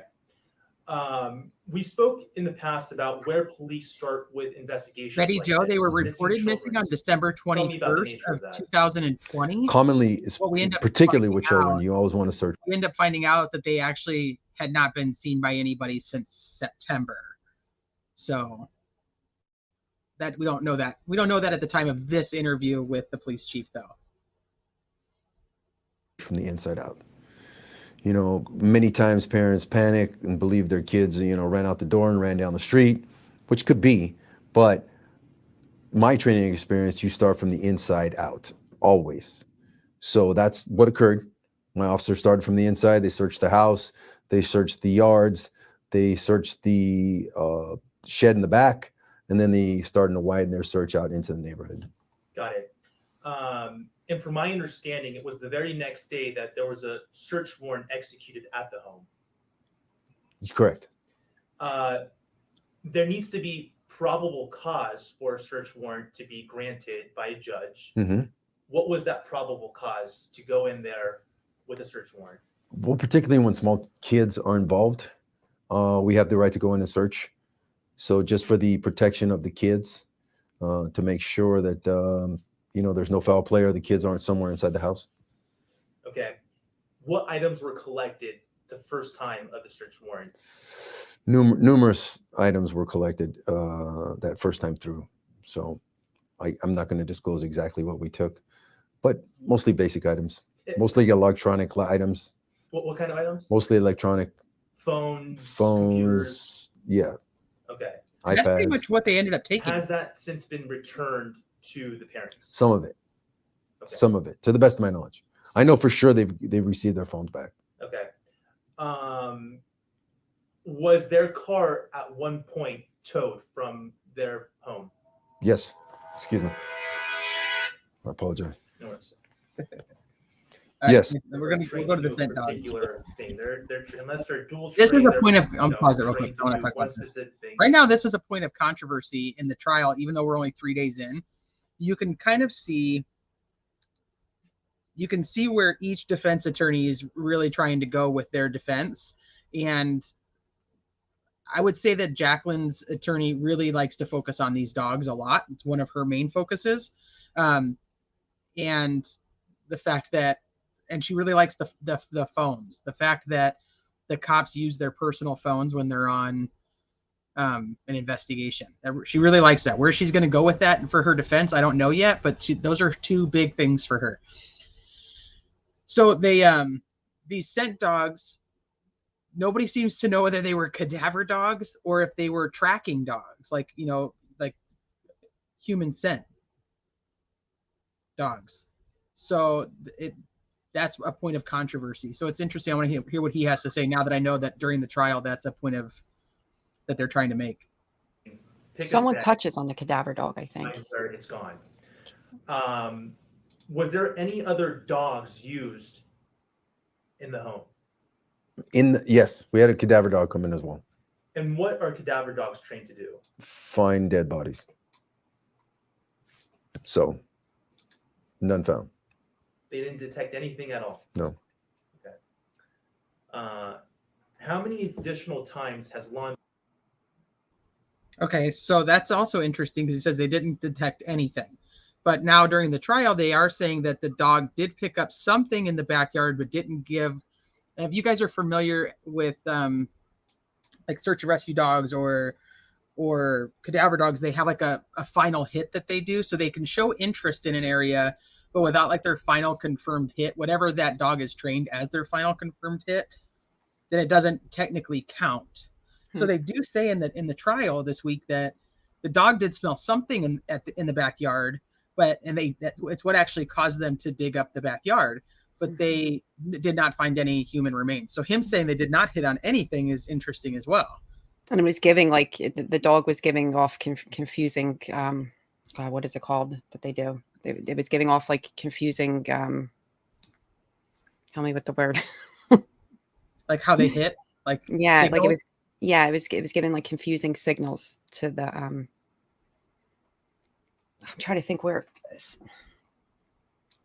I don't want to say it was Chief Walker that said it, but why do I think it's somewhere in here? Well, he just confirmed that there was cadaver dogs there, but that's what I'm saying. In that trial, they're talking about it being both. It bothers me about Ellie using personal phones and not saving stuff if they get a new phone. I agree, but technically what they're supposed to do, and this is only because I have so many cops in my family who did use personal phones during investigations, they're supposed to turn all that information over and give it, part of the case file. And then it wouldn't matter if they saved it or saved the phone or didn't save the phone. It all should be sent over during that investigation, which I think is the bigger issue, is that they did use the phones and that they're saying, God, we don't know. We don't have any of it. When do they transition from a scent dog to a cadaver dog? That's just based on their investigation and what they think. We've learned in the trial that, thank you. Alerts. There you go. Thank you. We've learned in the trial that, I don't even know what I was going to say because that. I've been doing it all. Totally lost it. Delana. They were suspicious right off the bat. The cops who showed up that night were like, wait a minute, like this isn't making sense. Your story's not adding up. And the next day they were like, this is really, you guys are not telling us the truth. Like you need to tell us what's really going on. There was not a lot of thought that these boys ran away or that these boys were like taken out this side gate or had left out this side gate. Because once they get a hold of that neighbor's surveillance footage, it's done. So they're all very suspicious right off the bat that this is a very made up story and that nobody's telling the truth and that they can't find the boys because nobody's telling the truth. I'll be very honest, for a very long time, I actually thought they sold them. Me too. Yep.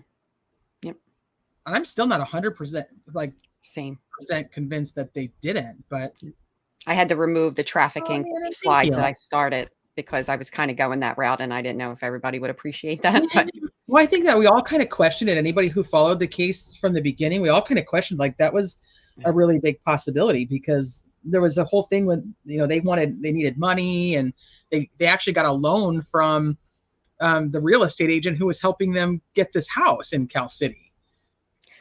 He also had a, she's not a confirmed side girlfriend, but from the talks and the whatnot. And he was messing around with another woman who was also described in one of the sightings when they said that they had seen the boys. They didn't describe Jacqueline. They described this other woman with Trezell. And here you'll see I think I show later his, where he does his loan business and his Cash App or something like that. Apparently he was getting loans from this female, apparently girlfriend, whatnot. And I'm curious to see if she comes to play in any of this. Oh yeah, me too. Trial. I want to say her name is Aileen. I could be messing that up, but if it's legit and she was actually an actual side piece, I can't believe that Jacqueline wouldn't be like, "Hey, I didn't have anything to do with this. I'm scared of this dude." Mm-hmm. They've had them separated now for over a year. So, yeah. Well, and I don't know everything, but same situation almost. This Aileen person could be involved in like a lot of their circles and who they know and things like that. And yeah. Mm-hmm. So, Marshall, one of the main reasons right off the bat, there was no footprints. There was no tiny human footprints, tiny people footprints in their backyard. Not a thing. So they were like, you had these kids that were out here playing and doing whatever, but there was no footprints there. There was nothing. So the bamboo that they were questioning, and then he was out cutting firewood, and you'll see in the footage very soon that none of that was happening. Night, NorCal Jim. Have fun. Good night, Jim. Oh, enjoy. Hi, Delana. I didn't even see you pop in here. Where'd you come from? We hope you feel better, babe. Enforcement gone into the home since the first day. Fun. So the trial is going to go into June. But I didn't realize, Mama Bear, was that they have a whole bunch of breaks. So like, there's no court next week. There's no court tomorrow. So we had 3 days of testimony, and then we have nothing. So it's going to take a while, but I don't know how many more breaks they have scheduled. I haven't seen like a court docket to see what they're doing, but it's definitely going to take till June if they keep taking all these breaks. Oh yeah, it's good. But I mean, it might be good though, because then we have Letitia Stout that starts on Monday, and we also have Lori Vallow, which we get really nothing for. We'll get some tweets probably. The tweets just don't do it. I mean, I'm thankful, but they just don't do it. They don't. Did they ever decide who here is following Vallow Daybell? Did they ever decide if they were going to let audio in, but it was going to be like recorded and then put out like the next day for Vallow? Remember that was like an option that was on the table. Wait, what?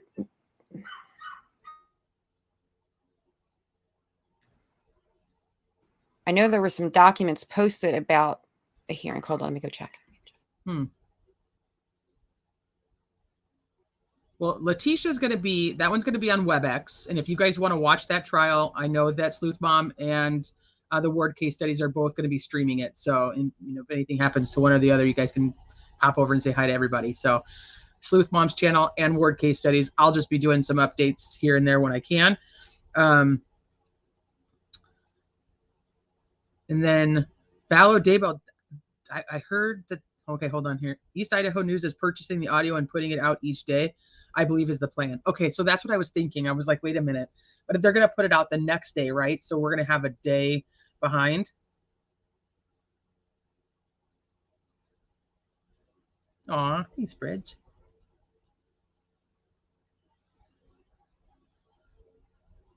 Okay. All right, let me get back to this. I just wanted to make sure I knew what was. They will be releasing audio daily. EIN will be reporting on it daily and sharing the audio. Okay. Ickadmel is streaming it. Oh, he's streaming the Stout case. Law and Crime is also going to stream the Stout case, but it's not going to be nearly as comfy cozy as at Sleuth Moms or the Word case studies. Okay. So, well, the only positive to that is it'll give me a chance to listen to it later, whereas these other ones are going to be so kind of chaotic. There's just too much happening at the same time. Even though I want to see her smug little face in a courtroom.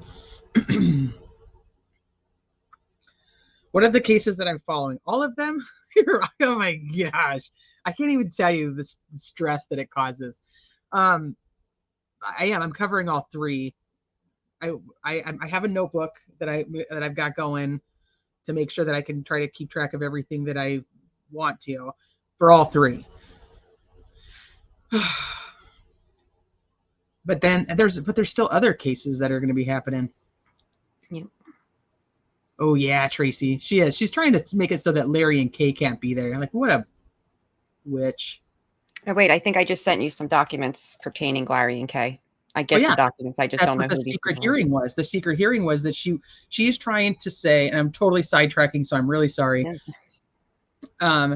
She's trying to say that Kay is not actually JJ's grandma because JJ's biological dad, which is Kay's son, terminated his parental rights or her parental rights when they were younger. It's like so stupid because she had no problem telling everybody, yeah, he's at his grandma's. He's at his grandma Kay's. Oh, so he was a grandma. She was fine to be a grandma when you needed her, but now that you are pissed off, my only issue is, and like I said, I don't want to go too far sidetracked, is that Larry just did an interview like a week or two ago where he goes off on the judge.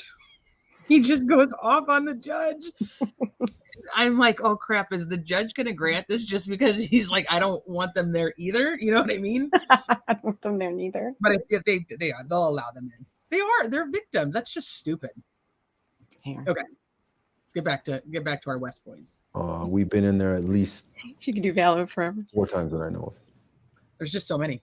And what items were collected during those times? Once again, several other items that we believe could be of evidentiary value. And those are obviously items that you are unable to disclose at this time. Correct. Okay. You mentioned particular attention to the backyard in our previous conversations. What kind of work has been done in the backyard? That backyard has been completely excavated by an FBI forensic team. We found some, piles of dirt back there. So just to be sure, we actually dug them up. Sure of what? Sure that there wasn't anything in the backyard that could lead us to the kids. Or being sure that the kids weren't in the backyard. Correct. You mentioned that you go from the inside out. You expanded to the neighborhood. Initially, you guys spoke to all the neighbors in the area. Did they mention any sightings of the boys? Once they went missing? Yes. No. And I recall at the time we spoke, you said that there was no sighting of the boys ever since they were there in September. Originally, the neighbors we did contact said that they had no knowledge there were kids in the house, but since then we have had neighbors come forward and say that they did have knowledge that there were children staying in the house. So neighbors had knowledge there was children in the home, but there was never a positive ID of Orrin or Orson, right? No, or any of the kids for that matter. So none of the kids have ever been positively ID'd, but there has been neighbors that told you, hey, we were aware that there were children in the home. That is correct statement. Hi, little bear. Thank you.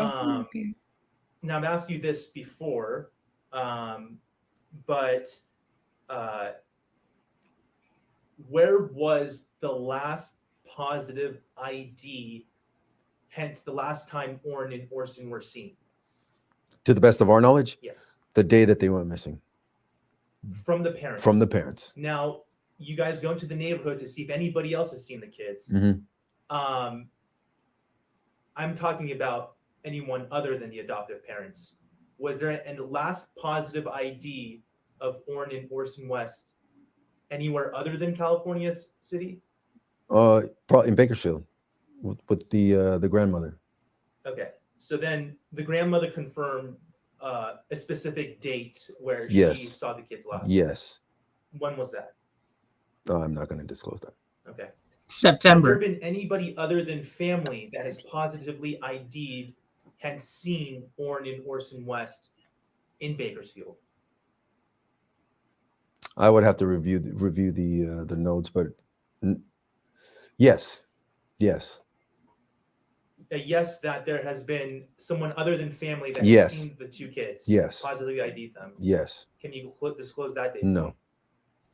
September. For people who watch this and wonder, hey, why can't they disclose that? What is the reasoning? Because those are significant dates, and we don't want people to start speculating. Well, again, with the rumors, well, they saw him on this date, but they didn't see him on that date. So this must mean this is what happened, and that's not true. So we want to keep those dates close to the vest and those people as well. Yeah, and I should also mention that in the media, we're very careful with the way we portray things. We also have to be very mindful of our questions. We have to be, and I appreciate that. Very mindful of Thank you, not, Marshall. Alleging anything ourselves. Right. But if a third party looks at this investigation so far, you mentioned scent dogs going to the home, the cadaver dog, digging up the backyard to make sure the kids weren't buried there. Correct. Questioning the parents. That has happened, right? Absolutely. Okay. It leads me to ask, it leads me first to say, it's not a surprise or a secret that there is a focus in one part of the investigation on the parents, correct? Of course. So with that, I've asked you this before. Has there been any suspect or suspects named in this case so far? No. Any persons of interest at this point? Of course. Who? I can't disclose that. I'm not going to tell you. Person or persons of interest? I won't disclose that either. Okay. He's like, nice try, though. Has anyone been arrested since the day these kids went missing? In conjunction with this case, no. No one. Okay. Anyone detained since the first day these kids went missing? No. Okay, so you earlier mentioned that you guys questioned the parents. This interview is from is questioning synonymous January with interrogating? 22nd, I believe, No. 2021. What's the difference? So it's An interrogation. a month. Well, again, you're splitting hairs. An interrogation is, you know, I want to know this, and I want to know from you, and I believe you know this information. Where this is more of it's informative for us. Where did you see them last? You know, what were they wearing? Where were you that day? Is there any possible way they could have done this? Is there any possible way they could have done that? It's a total different dynamic. But again, you're splitting hairs. Interrogation, you know, questioning. Can they be synonymous? Sure. And it's important to note January that the 2021. adoptive parents, according to what you've told me, This in is the like a past, have month been more a than month willing to after come they were anytime reported kids are missing. requested, correct? Yes, they've come in multiple times actually. More The than 10-year-old is the 5 times, 6 oldest. Hold on, I'm times? gonna 3 times that I. The 10-year-old is the oldest biological child. He was born the same year they were married. He was 10 at the time, though. I don't think he's 12 or 13 now. Yeah, he's turning 13. Yeah. So he was 10 at the time they went missing. I believe there was 10, 9, 7, 6.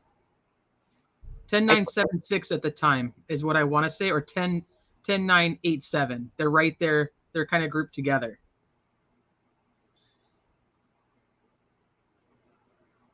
I know for sure. Okay.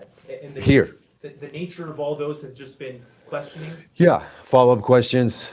You know, like, okay, we didn't ask this last time. We're still trying to find your kids. What about these people? What about this? Were you with them here? Were you with them there? We're just trying to narrow the scope of our investigation as well, with hopefully with their cooperation. Okay. Now, let's step back from this case for a second. From your experience, how many years have you had in law enforcement? Just passing 30. Okay. Yeah, I'm gonna skip ahead a little bit. I've seen a lot of things. Yes. Worked a lot. So we've reached out to CPS, our newsroom has, and we asked, hey, in what instances are kids taken away from, parental figures? And they said when there is implications, proof that there was neglect or abuse. In your guys' investigation, was there any proof of that or suspicion of that with the parents' other children? Oh, I'm not going to comment on that. Okay. We've also in previous conversations spoken about surveillance. Obviously, Cal City PD's aware that there's surveillance footage out there, correct? There's footage off of security cameras from the neighboring homes. That is correct. Okay.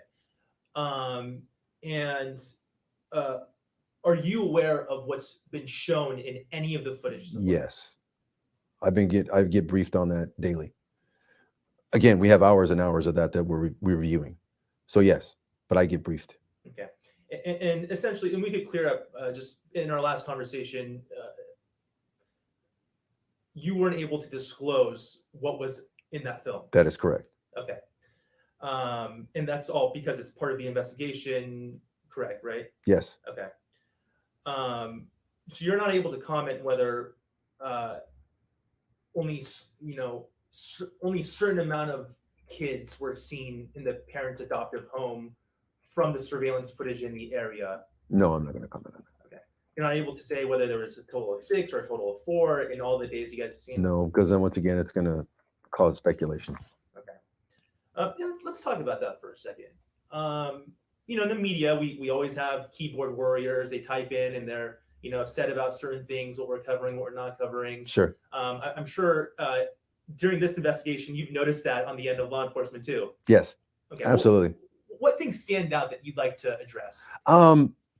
Again, there's a lot of speculation. There's a lot of belief on what we should be doing, when in fact we're probably already doing that, or places we should be looking where we've probably already looked, and that's okay. People can speculate as long as they know, or I would hope that they believe that we're doing everything we can to locate these kids. I mean, if you've thought of it, we've probably looked there, but that's okay. If you don't think we've looked there, please share that information with us, and we will. A lot of people have called in and gave us clues or tips. We haven't directly gotten back to them, but we have followed up on those clues. So anything that's viable that comes in where we can have a. Can law enforcement not have seen here? How can they have not done that? You're saying you guys probably already are doing this. Yes. How much does law enforcement know? How much is law enforcement doing that us in the media or yes, people in me the too. public don't know about, just to make sure that the investigation is not being messed with, not being keeping the integrity of the investigation? Well, again, we're gathering as much information as we can. We're sharing that information. We're putting that information together to see where this thing or if it will lead us in a certain direction. But again, we can't be closed off.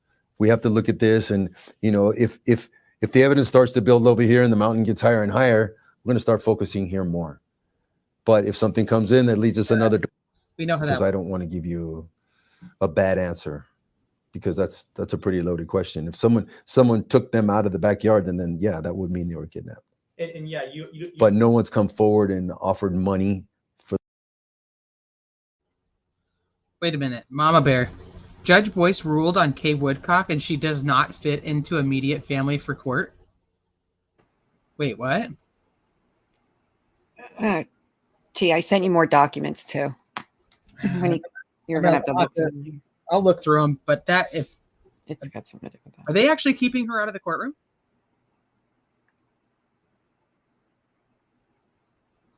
Oh, that's gonna piss me off. I think it's the second set of docs that I sent. Says that.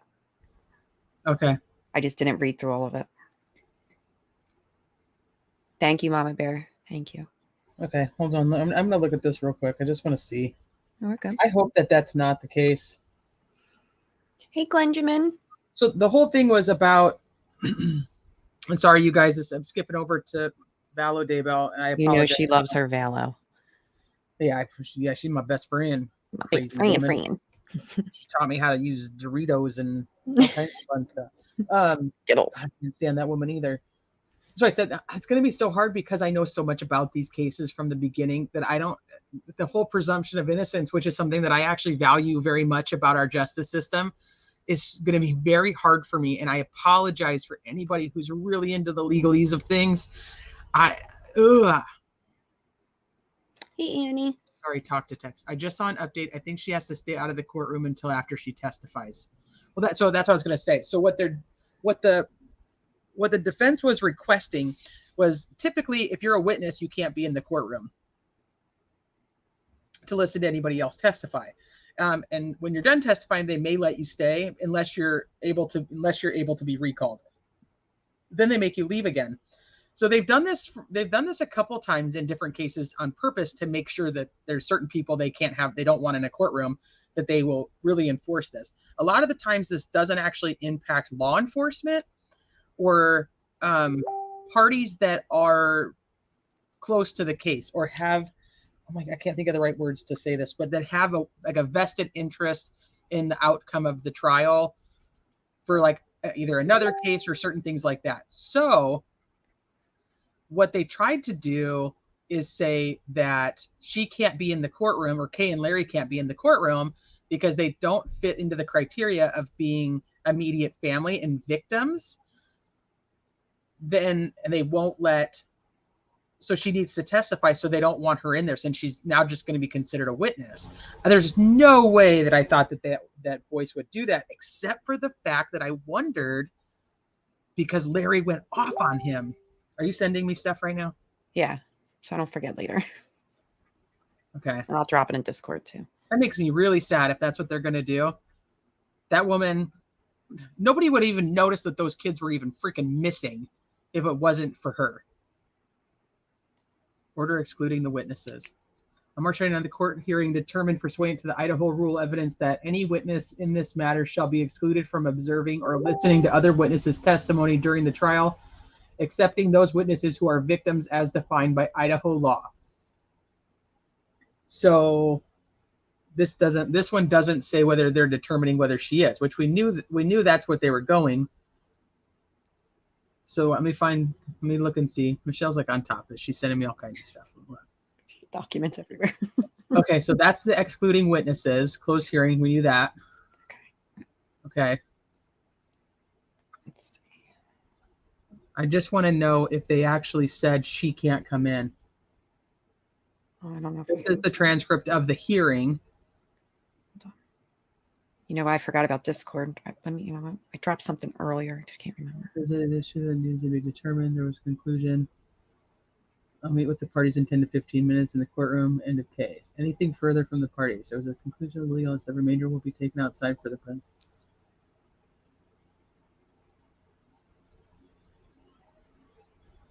Last I knew, they both had to submit their reasonings why, but I don't know. Okay, let me see what you guys said in chat. Yeah, I haven't seen it either. Just okay.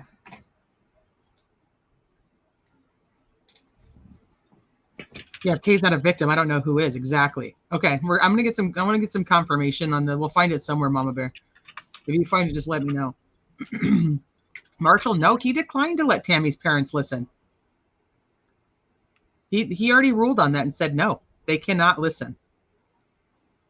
Okay, KMVT boys, let me look it up. You got it, Tay, already? Yeah, I'm looking it up right now.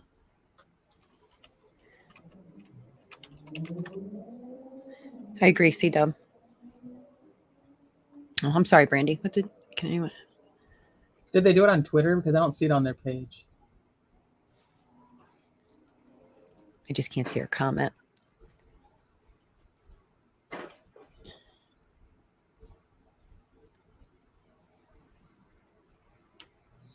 Well, C-Dub, they're trying to say that she's not a victim because she was not technically JJ's grandpa. Or grandma, not grandpa. Grandma. Yep. That's up to the judge. These guys in the West case, they're getting transcripts of every audio that's played. Each one of them is getting handed a transcript so they can actually follow along. Yep. Mama Bear said that KNVT Boise announced it. Let me see. So I'm still looking to see if I can find it. Let me go to Twitter real quick and see if they have it on there.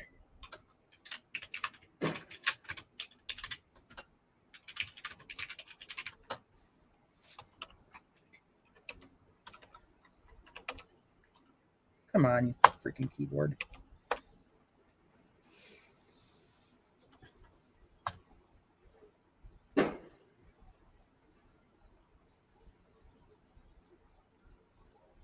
I agree, Marcia Dove. Yep. Okay, so that Judge Boyce issued a ruling on Thursday that only victims who fall under Idaho's definition are allowed in the courtroom during witness testimony. The judges rule that the grandma is not considered a victim. Hold on, I'm going to bring it over. I know I'm not trying to take away from the West boys. I just want to. Judge rules that grandmother is not considered a victim in the Lori Vallow Daybell case. Judge Stephen Boyce issued a ruling on Thursday that only victims who fall under Idaho's definition are allowed in the courtroom during witness testimony. That would exclude Kay Vallow Woodcock, who is the grandmother of J.J. Vallow, Lori's adopted son. Vallow Woodcock is expected to be called as a witness. I don't know why they put that. During the trial. Idaho defines a victim who is allowed in the courtroom at all times as a sister, brother, mother, and father, not a grandparent. So they got what they wanted. That is bullshit.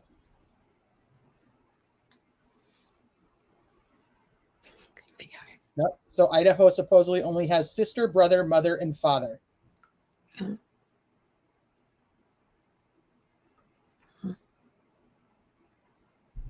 Thank you very much, Mama Bear. I appreciate you very much for pointing me where to go. That is a load of crap.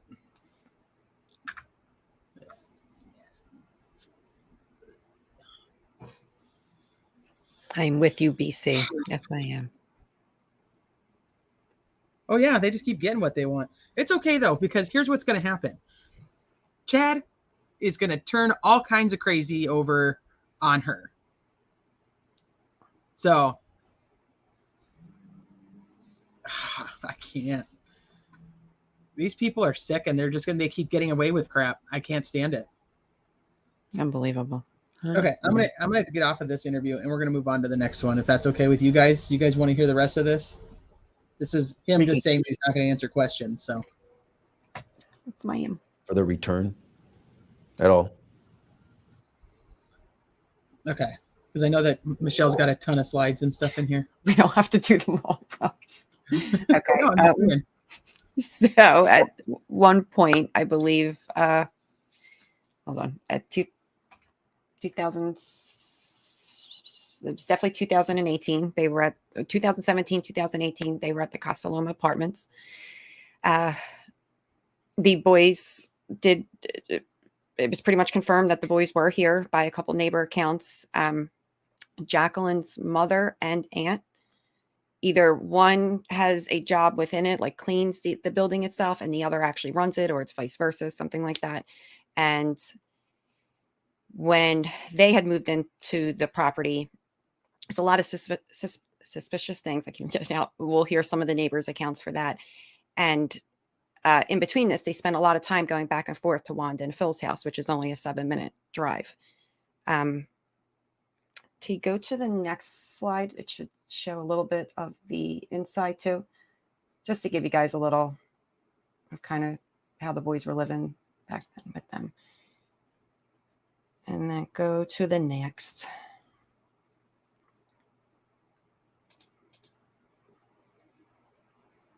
How many bedrooms is this? This one has 3. This particular unit has 3. But what 3 bedrooms? But with the Jacqueline's mother and the aunt living there too, they also had their own apartment. So it was kind of set up in like almost like a V shape in a sense. So the boys at any given time, and Jacqueline's mother was fostering boys, I believe too. She had her own situation going on in there. So that's where she learned it. Yeah, exactly. That's where they got all their lessons from. And then Wanda having that connection to the inside. But actually, can we skip to... Which one you want? Go to number 20. Okay. This is one of the neighbors that speaks out from the Casa Loma apartments. I think this is a typo. Possibly. This is AV watch. You put LV. I did it again, didn't I? Yes, I did. Las Vegas. Well, you didn't put subscribe to Plunder on here, so that's good. I did Plunder last on the last one for Gannon. When she was making it, we were talking about Plunder, and Plunder has a video. We love Plunder. Of Gannon. And so as she's typing, she puts, make sure you subscribe to Plunder. I'm like, well, yeah, make sure you do. We love Plunder. It's perfect. Wait, then I'm like, oh, wait, for the next one. I'm like, all right, this way we don't have to worry about giving credit because sometimes we might forget to say it. I'm like, here, I'll put it at the bottom. I'm like, maybe that's all right, guys. So the apartment that you guys are looking at right now is the Casa Loma apartments. These are the apartments that the boys lived in before they moved to California City. Here on this video, you are going to get a neighbor's statement, and the neighbor had a lot to say. Mainly, the boys never were allowed to come outside to play. We hardly ever seen them. And there was times when they left this way instead of going towards the front parking lot. They avoided people. They never really were too friendly to any other neighbors, different things like that, which leads me to believe that if this guy was acting that way at the apartment complex, refusing to let the kids go outside and play with other kids, there's no way in hell he's going to allow those kids to go into the backyard at the house in California City like he claims he did.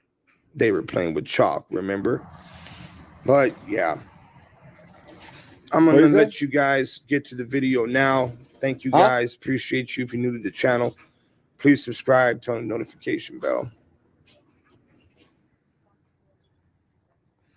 Yeah, hopefully we could get somebody to come out and maybe talk to us, a manager or someone. The guy that just walked into there, he ended up recognizing us, and Yeah, you saw what's up, and someone else just got here.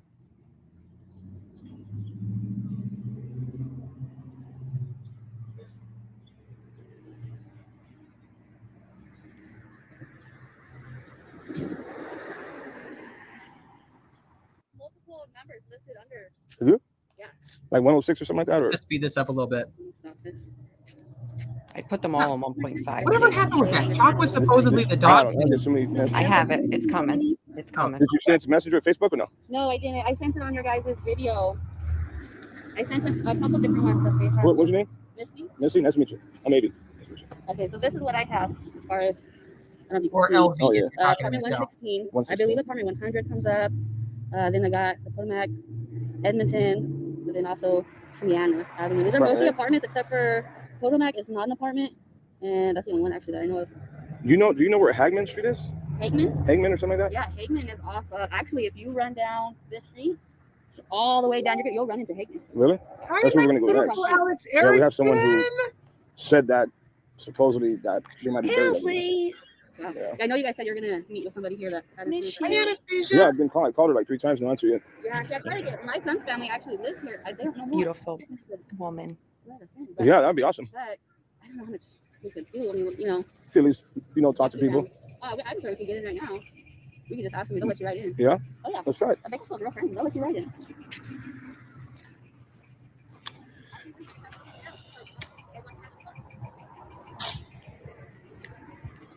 All right, guys. So we're gonna see if we could walk inside. There should be another one right behind that.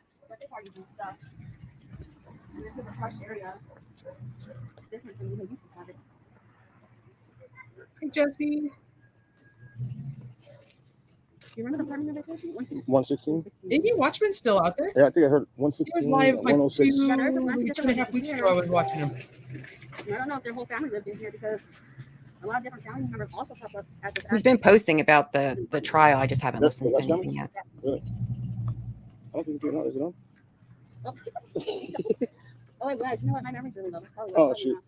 There should be 2 neighbors in this video, maybe even 3. I give an account. All right, guys. So here's the parking space for 116. Hello. All right. So 116. Do we know for sure if it's 116 or?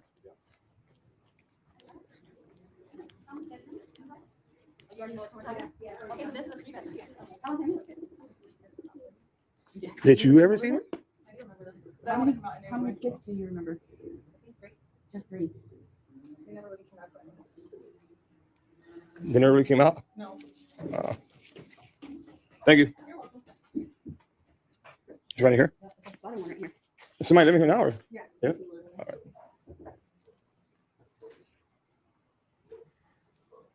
I'm pretty sure they can't, but if there's a chance that they could release how many kids were listed on, when you sign a lease, you have so many kids that are in there. Right. I'm wondering if they could get that information out as well as the time frame, how long did they live here? I'm not sure. I know there's cameras all over this place. There used is. to be. No, I haven't been back here since 2011, so it's been a long time. But I don't know if they're allowed to give that information out, or if they're going to be willing to give it out. Facebook, YouTube, something like that. How you doing, bro? I'm maybe. Nice to meet you. Nice to meet you. You guys are here about? Yeah, of course. That's crazy, man. That's some crazy stuff. Yeah. Me and my wife have been living here for like 4 years, and we would kind of see them around. They would come around. They were really quiet people. They didn't socialize with nobody. Like usually all the neighborhood people, they kind of, when they see each other, they, say hi. Yeah, greet, right. They're really quiet people, yeah. How many kids do you remember seeing? I think it was like three or four kids. Did you ever see the boys at Camp Missing? We did, but it was usually, honestly, the interactions that they would have with people, it was always really quick. Like when we would be coming, they would either run out that way, or they would, like, if they were coming in, they would just come in hella fast and just go into their apartments. They wouldn't really. They had 6. So they would go this way? Most people who saw them aren't sure which kids they saw and when they saw them because there was so many of them. They would always park back there. They would just, as soon as, like I said, when we would come out sometimes, if they were to see us, they would kind of either backtrack, kind of back into the apartment, or if we would come out, they would kind of try to rush out that way. I think she's after this guy. I want to say it kind of She actually remembers the boys playing with her kids. It's the way she describes them. This guy doesn't. I don't, just because, like I said, our interactions were very minimal. But I do know that for at least, like, they probably moved out, I want to say maybe about 6 months ago. 6 months ago, yeah, somewhere around there. I'm not exactly sure on the time frame, but as long as we moved in here, I've always kind of remembered them being down here. Yeah, we're here in Yeah, somewhere around there. I know. I'm not exactly, like I said, I'm not sure on the time frame. Just but I do know that they moved somewhere around like 6 months ago, somewhere around there. Other than the past movie behaviors, did you notice anything strange with the kids? Or well, they would never come out. but like when you did see them when they were rushing in, did they look like they were in like? I can't say that they looked like they were being harmed or anything like that. They were very quiet, very quiet. All the neighborhood kids from out here, they always come out and play, but They haven't had any of the neighbors from the apartments testify yet. Through the window, they would kind of talk to the kids. We would walk by. So I'm sure that'll probably be next, because right now they're doing everything around the day they were reported missing. Yeah, they're I remember them. I remember a couple of them that were there said it looks like they're just working their way back, I guess. They're going to probably go back and then forward. Female also, she was very quiet as well. And then I remember 2 or 3 boys. I think there was an older one and then the 2 little ones that went missing. I think I'm not 100% on that. And then some lady used to come by and see them, visit them, and she would park in their parking spot. But You remember what she looked like? I don't. I just know she used to drive, I think, like a blue car. She was elderly, yes. Yeah. Biological? I think so. Oh. That's who they were on vacation. Oh, okay, yeah. So you don't remember 6 kids here? 6 kids? No, not 6 kids. Like I said, I think I would remember at the most. I think it was like 3 that I seen. And it was one that looked like maybe like he was like 7 years old, 8 years old, something older, and then the 2 younger ones. I remember the 2 younger ones, but no, I don't think I've ever seen 6 kids with them all at one time. It's kind of weird how they would take off and go around. I mean, honestly, it's like I can't. They were. I guess you could say they're a little off. I mean, I don't want to down talk on the family because I didn't know them like that. Yeah. But just the way that they kind of were, their characteristics, I guess you could say they did seem a little off. What about the stick that you said you always used to see? It's just because I always figured that he would do martial arts because he was he looked like a little fit guy, and it was like a brown stick that he used to walk around with him. But he would just, like I said, he would walk around here, and then like I just assumed it was martial arts because he was always kind of spinning it. It was just a wooden stick, you know. You ever hear any like commotion down here at all? No, Besides honestly, the quietness? no. Other than the quietness, no. Like my what's it called? We would always I work for this company and they distribute juices sometimes. So I used to bring boxes of juices and I always distribute it between all the neighbors. And I would send my daughter out to give it to them. And, you know, she would knock on the door and they wouldn't open the door. They would just look through the people and they'd be like, no, thank you. And my daughter would be like, oh, we got juices for you. No, it's okay. No, thank you. We don't want them. And They never opened the door? wow. You know, only one time I caught him out here and I told him, I was like, hey, man, I got some juices. Like, if you guys want them. And he's like, oh, yeah, like I'll take a box for sure. And he took it. And then that was like the only time. Other than that, our interactions were always really quick. Like he would just be walking out here today. What's up, brother? And then, oh, hey, what's going on? And then boom, right back inside him. Right. Yeah, they were just very quiet people. Like I said, they never really talked to anybody, you know, like people come out here, the neighbors from in front, people downstairs, you know, we socialize, people from this side, we socialize, but just always just in and out. And the times that I would try to socialize was very, very short. Like you just kind of cut it off and just go by the way, you know. All right. Right on, man. Yeah, appreciate it, bro. Thank you, man. Anything, I mean, we live in 215, so everything that we can. Yeah, for sure, bro. More than yeah, love. Thank you. Yep. Appreciate it. Yeah. Go back to the previous slide. Well, they would talk. Yeah, they would. You know. All 3 of them is okay. Hold, please.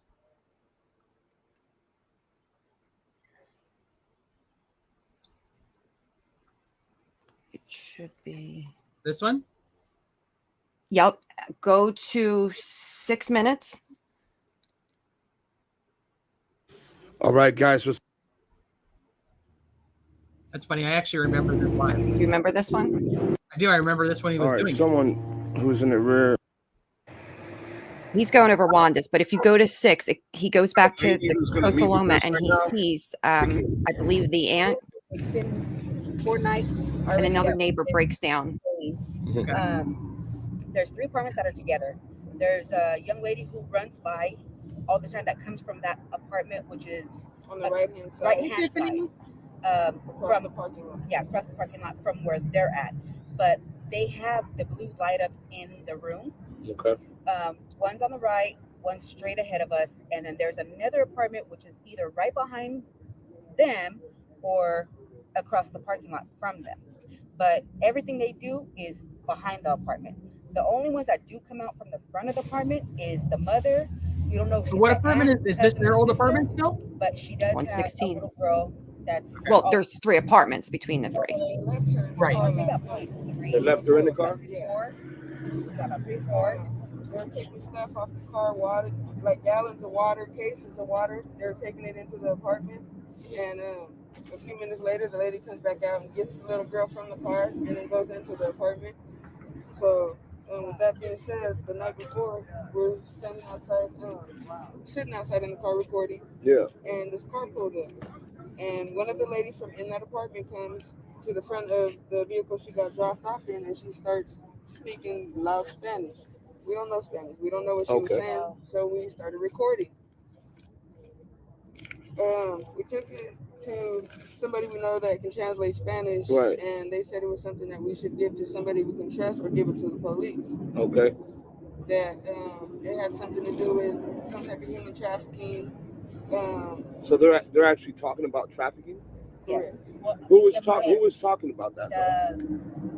The foster mother's mother. The foster mom's mother. You know, I'm not So sure. Jacqueline's mom. Yes. Yes. Yeah, Jacqueline's mom. You can hear her say something about trafficking. Yes. Allegedly, what the translator told us. Okay. So I have the You can video. translate it if you have like translator on your Yeah. phone. Yeah. Yeah, they'll translate for you. Okay. You just put the voice recording on it, and Yeah. it'll listen, and it'll tell you everything that they're saying. Will it? Okay. They Yeah, we'll do heard that. Jacqueline's mom talking about trafficking. Yeah. And when they put it in Google Translate, they recorded her basically. And that's what they got out of it. I do a lot of but I was just like, yeah. So you guys haven't taken it to like the Kern County Sheriff and none of them yet? We didn't want to take wrong information. We didn't Right. want to, Right. Of course. we We're trying to pinpoint everything that's going on and make sure that it all kind of makes sense to everybody. You know what I mean? Like Right. how everything's starting to go, because these kids didn't just No. nobody just went and picked it up. You don't see those kids leave from that house either on the 21st, like you try to say. You don't see that at all. We would have seen them come out the front, all kinds of stuff. Yeah. So not only when people say like something about the BPD and like these trucks or whatever, because it's a charter. Oh, you guys smoke state, cigarettes too? basically have their own laws and rules that they don't necessarily have to follow every general law, and you have to be aware of that when they're not doing something that you would imagine that they would, right? Because they Like his shadow. they don't have to. So I, You can always tell it's him with the cigarette. with my experience living here with somebody, wouldn't go to them. The PCSO or the BPD. Right? We get more to ourselves because we're like, well, if we get a hold of AV, maybe between us we'll be able to do something, get somewhere, find more information out, this, that, and that. Because it just being me and her, I'll bring the BMW out, she'll bring the truck out, and I'll follow them, or she'll stay behind and she'll be with the truck. But the last 2 nights, we just felt like we needed to be in one. You know what I mean? In one truck, and just be there looking. To be honest, the cops are not worried about it. And you know what? If you look at it like this, they weren't expecting that people were going to put up so much money to find these kids. Yeah, I know. They probably just looked They at weren't them like, expecting that. oh, they look like kids, nobody gives a fuck, you know? But They that's not don't. the case. It's That's why the mainstream media, like 11 and them, they won't get involved. Because of that reason there, what you just said right now. Yeah, and that's very true. It's just like, you know, they didn't realize that they're, you know, people are going to come together, put up all this money to find these kids. You know? I know someone that works for one of the neutrals out here, whatever. I would feel more comfortable. That being said, the past 2 nights we've been sitting over at the apartment, and there's been a gentleman and a female that come out of the apartment. They get into this van. Oh, there she is, right there. That's the van right here. That's been coming back and forth to this location. There's a lady driving that van. She's been coming back and forth late at night to this house or this apartment complex here. However, they seen us watching yesterday. That's her mom. I'm sorry, the day before yesterday, we sat out there. They pulled up in that same van and they got out with surveillance cameras. Time that they were ever really seen alive and well, like if it was, because I know they moved out, I think like in September. Because there was another woman too named Sherry, and there was some confusion Yeah, of they her should being be able Jacqueline's to come there mother. now. And they started putting it. And they may be working this out now. I'm They're all not sure. putting So I don't more even know if cameras you up. want to play the rest of this, because I believe Sherry ended up not being anything to Jacqueline and went on the news about being harassed. Oh, okay. So that wasn't actually, that's not her mom. You guys end up. We're not 100% sure, because it does look like Maria as well. So, Yeah. okay. The next one is just the canal that's around the Casa Loma that was checked. The reason why I focused so much here was because a lot of the bio family felt really, really strong that whatever happened here, like happened at the Casa Loma apartments. And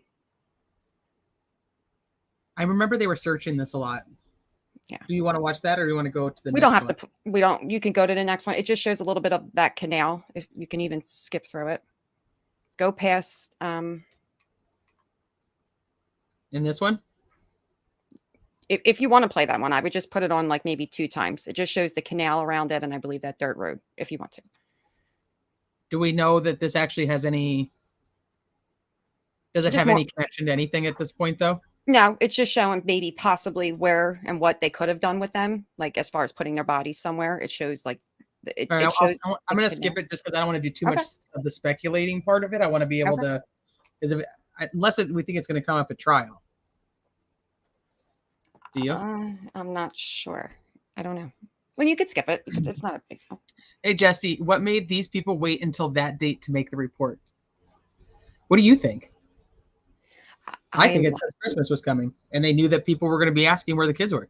Mm-hmm. And I believe that they get some type of checkup every 2 years, and I believe that was coming up or something like that. So they had to make some type of decision soon. That's just what I was told. I have no facts on that. 700 federal agents, 100. Wait, T, which one are you playing? This is the one with the canal that you wanted. Today, LV United We Stand has posted this video.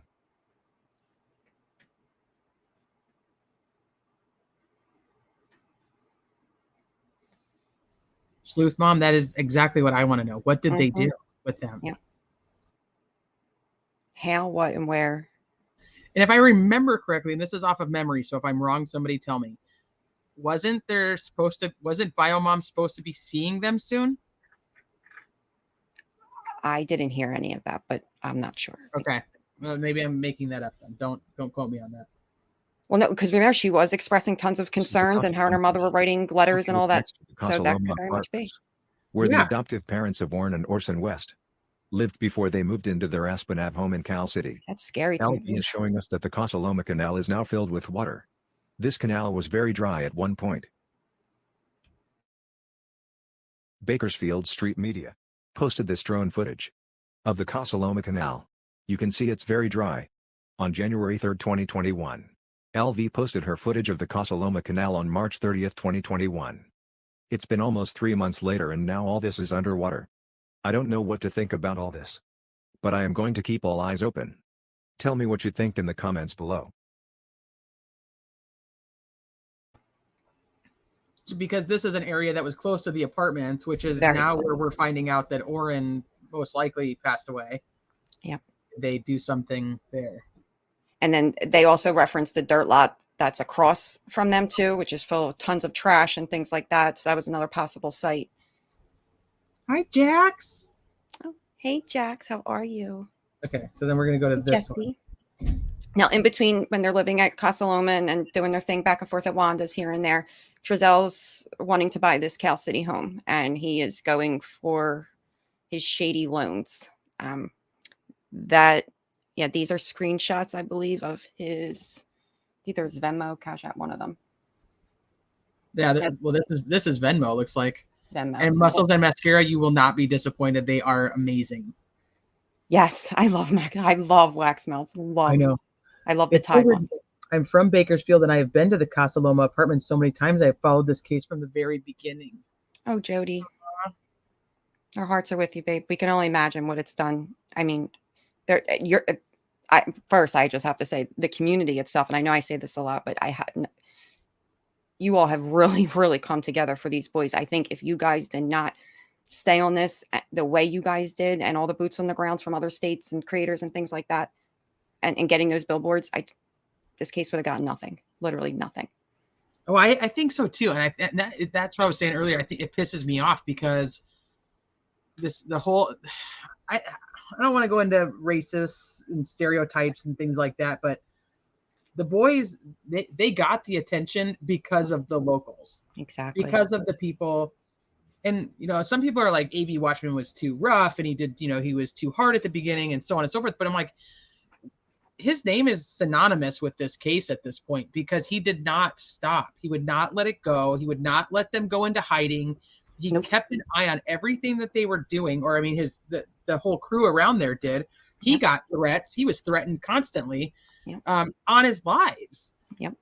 So national media does not do anything with this case. No. Look He at was critical in all of his footage, his surveillance, who he was able to speak to, because not everybody was speaking out to just anybody. You know, he had to really fit in there and maneuver in a certain way to get a lot of this. You know, they actually worked as a team, and I thought it was beautiful, actually, the way they all came together to do this.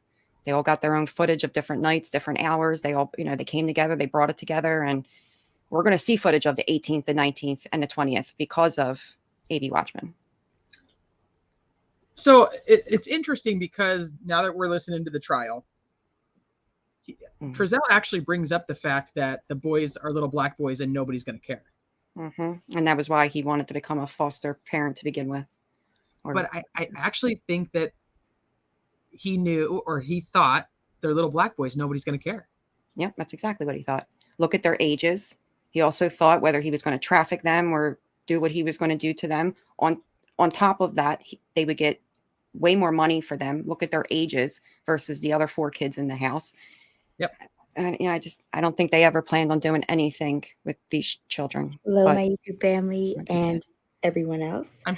oh, wait, this might be the fire. Don't go to this one yet, T. This is the fire. You don't want me to go to this one yet? No. Just we could go to 24. Okay. So this is Wanda and Phil West, which most of you know. There had been a fire.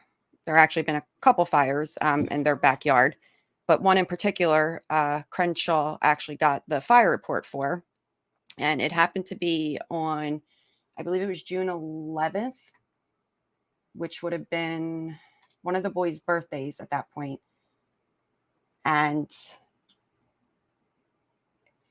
they told the fire department it was a trash fire. They told the neighbors that it was from fireworks, and you guys can make what you want out of that. As you can see that there's a van seat back there. I know some of the images are kind of hard to see, but that's where a lot of the boots on the grounds feel like a lot of evidence was lost right here. Did you see Lisa Lee's comment? Many people never heard the lady that called the fire department. She lived next street in back of Wanda's. She had a channel and said she remembered bonfires that smelled like burnt rotten meat. Yep. You know what, Lisa Lee? I'm curious if, I think I have one of the interviews with, I wonder if that's her. I wonder. And then Muscles and Mascara, we can't actually stream it. So you can only listen to it. I'm going to post the link in the description of this, and I'm going to grab it really quick just so I have it handy. And I'll also drop it in here so you guys can have it. You can only listen to it live. You can't record it. You can't stream it. So nobody has it.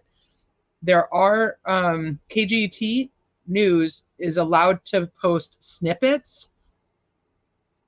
No, Jody, Sherry's not JW's mom. We knew that part, but I thought I was talking about the person driving the van. Was that Jacqueline's Sherry. mom? Or was that Sherry? Because it does look a lot like Sherry from the side too, and it was never actually confirmed, not that we know of. But Sherry is definitely not Jacqueline West's mother, for sure. Okay, hold on. I'm finding the link real quick. And it upsets me that they won't even let it be streamed. Yeah, it's just like the case itself. No attention. They're almost making it to the point where the trial doesn't get any either, and that's scary. I don't think that's going to work. Let me get rid of this. Because I personally think that there was some corruption in this situation in some way, shape, or form, and somehow the trial ends up like this, and it just all fits for me. Okay, Yes, so Mom, the tweets have been getting us by, at least me. This is the link. Let me know if it even works. What it'll do is it'll take you to a screen. It'll say Superior Court of California, County of Kern, the Metro Division, Department for Audio Streaming. And at the bottom of it, it has like a little window where it has a play button. If you hit play currently, it's going to say this stream is currently unavailable. But it is the same link every single day. And when they turn the audio on, that little box just starts playing the audio. So you don't ever have to you don't have to log into anything, but just if anybody could click on that link and tell me if it actually works and takes you to a screen that looks like that. Otherwise, I'll try to get a different. Yes, it works. Okay, thank you. So you can listen to it there. It starts at approximately 9 a.m. Pacific time. I'm telling you that they've only been going to like 4:30. There is no court tomorrow and no court next week, though. They're not back until, I think that puts it at April. What date is that? April. I don't know what date that is. The following Monday.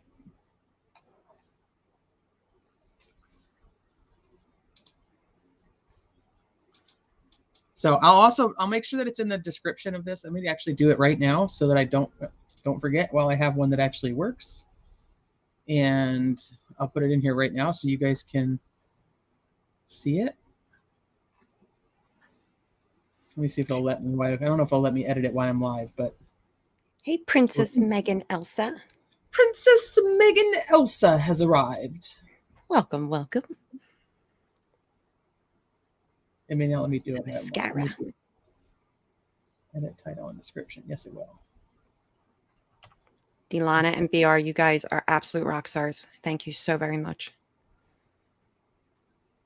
All right, let me put this in here. Want to listen to the trial audio live? Follow this link. Okay, so I put it in the description too, so then that way it's there. So if anybody needs it later, it'll already be in there, and I have no excuse that I forgot to do it. So. She didn't forget, guys. It's there now. Okay. So the fire. Okay, so am I going back to 23 now or no? No, you can go right to 25. Okay, got you. And just some more pictures. As you can see, the van parked outside of Wanda's and Phil's. Go over to the next slide, please. Now, these are the actual pictures that Crenshaw actually took. If you guys, after this live or when you have time, go check out a few of her lives. They give a ton of information, a ton of information. Just like AV, she was boots on the ground right there front and center, and she's very expressive. So she gets her answers for the most part. I think you guys will enjoy it. But that was basically at the time. They didn't have a burn pit, and then there's a newer burn pit. Mm-hmm. Got you. Okay. This is the one you want. And there's the fire in the backyard. If you want to, this should be a shorter video. Okay.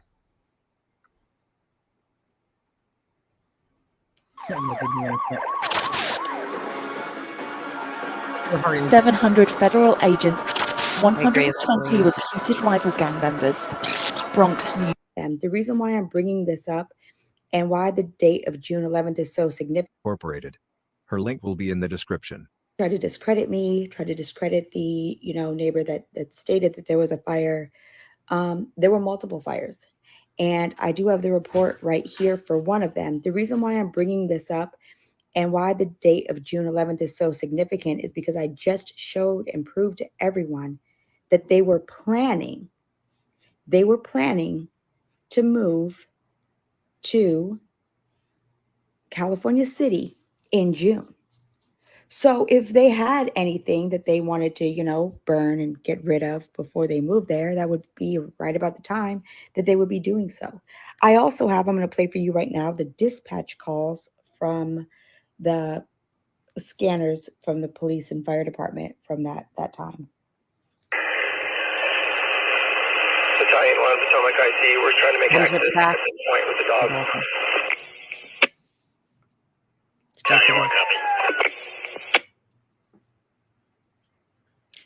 Now, you hear what he said about the dogs, which is interesting, right? He said dogs, plural. I'm going to play another one. Station 2, structure fire. Engine 2, engine 41, truck 41, City Battalion 1, Q10332, people way 1109 Potomac Avenue, across the South Owen Street for possible shed on fire. Assignment on fire 2. You heard what they said. They thought the whole shed was on fire. Very interesting, isn't it? So I've been obtaining reports. I have been in Bakersfield. I have been in California City. I have, for the past few days, I know I haven't been around, and I apologize for for that, but I've really been dealing with information and with situations that don't need to be on YouTube because I value the integrity of this investigation. But I really do want to go over this official report with everybody who deserves the truth, and for the people that know that there was a fire, you know. Now, you'll notice that it says person one, and I have blacked out who that was, the person that called in the fire, but I have been in contact with this person, a totally different neighbor, one that I hadn't spoke to out there on foot because she actually lived down another street, and that's how big this fire was. And she was happy to speak to me and let me know how suspicious it was and their activity was. She even went so far as to say that on the day that this happened, she drove around to the front and Philip had a shovel in his hand. He didn't seem at all concerned about the fact that there was a fire in his backyard and he had a shovel. So, you know, take that for what you will. That is what was told to me. I'm going to go.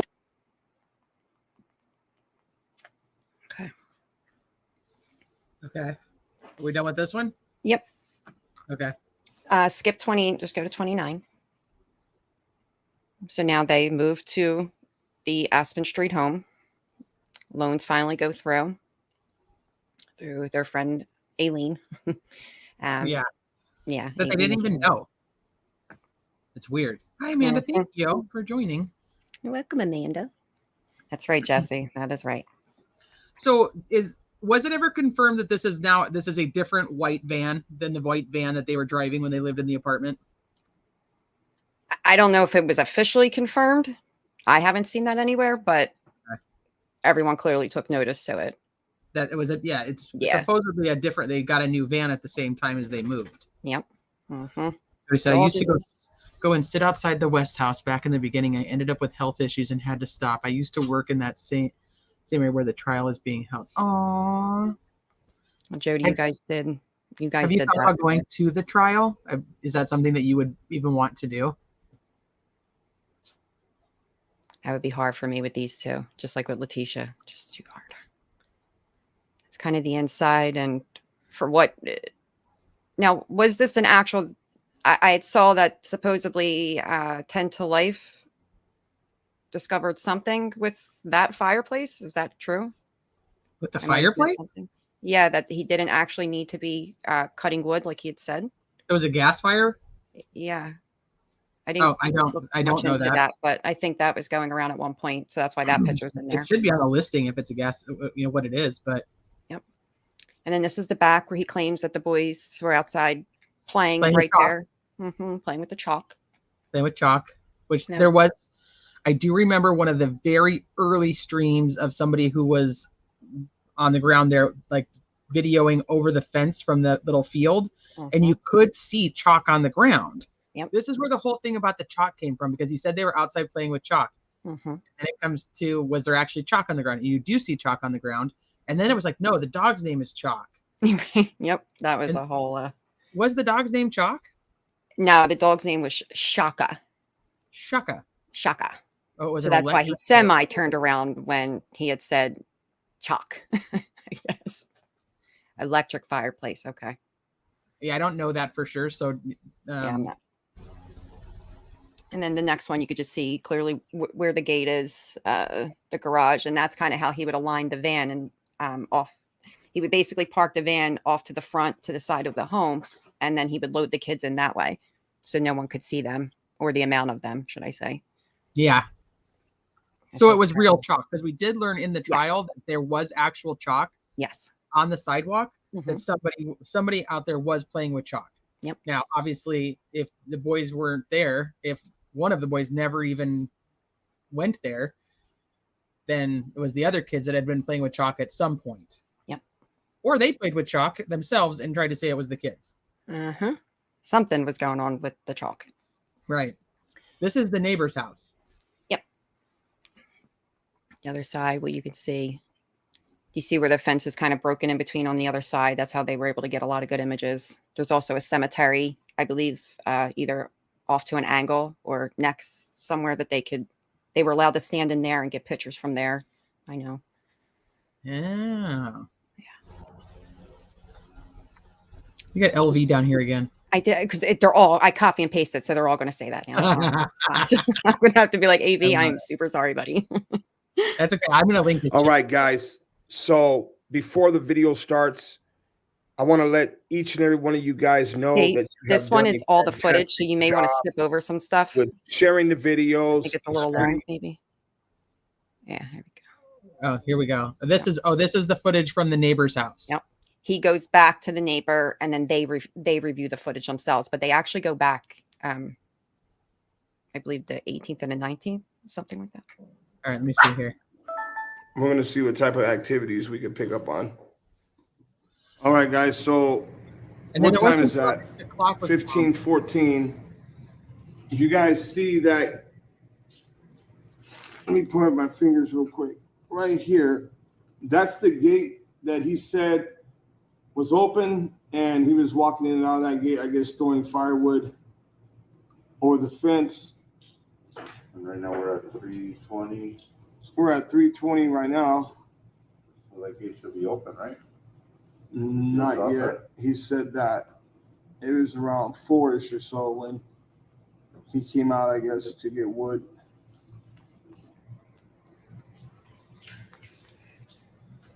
If you see it, let me know. Okay.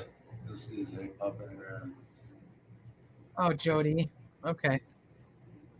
Well, you take care of you first and foremost.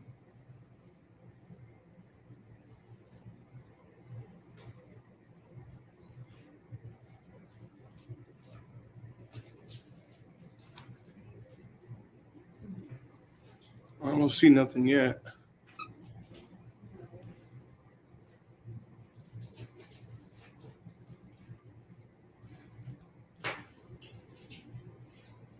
I just seen some type of like white van or something, or it's coming around the corner.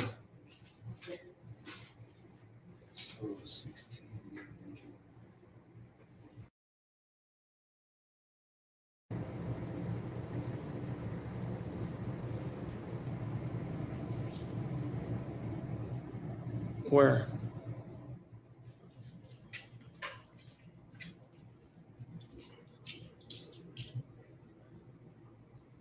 Right there. I see him. What time is that at? If you use a little scroll thing on the mouse, it doesn't move the timeline. Okay, so that spot that you see here, That's 16:13. is at 16:13. That's gonna be him, as far as we know. What happened? I just put it back so we could see where he came from. Okay, so we're at 16:11 right now. You got your camera on? You're in the way, I can see it. Okay.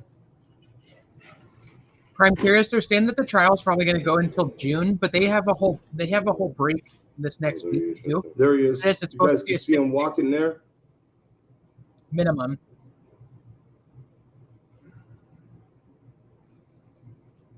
What's he doing now? Trying to open that gate, or? Yeah. Did he say he was tossing wood over? Yeah, he said he was tossing wood over the fence. No, that gate was open. You could see him going in and out of that gate. So when the bamboo is showing like that, it's open? Yeah, it's open. You can see him go in and out.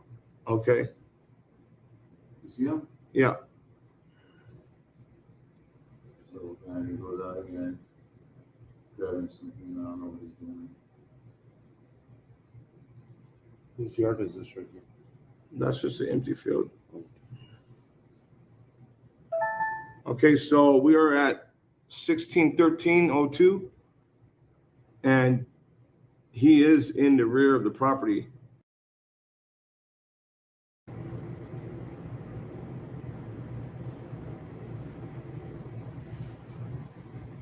I'm over here talking and being like, right, allegedly innocent? I'm like, that neighbor. Thank gosh for him. So Was I unmuted when I talked to Crime Curious and told her how long the trial was going to take, or was I muted? That's No, you were muted. We can hear you. What's he doing, bro? He just I'm like leaned over. Talking. Hi, Dynamite. That's He's right. doing something right there. There were about 3 or 4 Dynamite that gave really good footage. Well, 2 mainly that gave really good footage. I actually didn't realize they had so much surveillance. Yes. You guys see the date stamp? They had more than enough and from every angle. But they also have surveillance from down the street where he is driving around. Yep. They got him. We don't see any All the kids neighbors coming that out to the testified front. so far in the trial have all moved away. They've all moved away? Yeah, they all left. I bet. I just say a lot. Black cat. I was just looking at that. That's his co-star.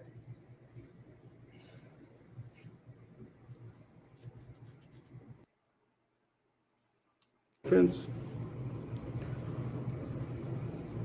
Just trying to get us closer to the time where we actually see him moving. Go in that field with the cameras. You could put it on 1.5 too, T, because it's sometimes, I mean, FBI the way they go back and forth a couple times. I didn't open it. Yeah. In See, he YouTube, came out though. again. Hold on. He's out the fence.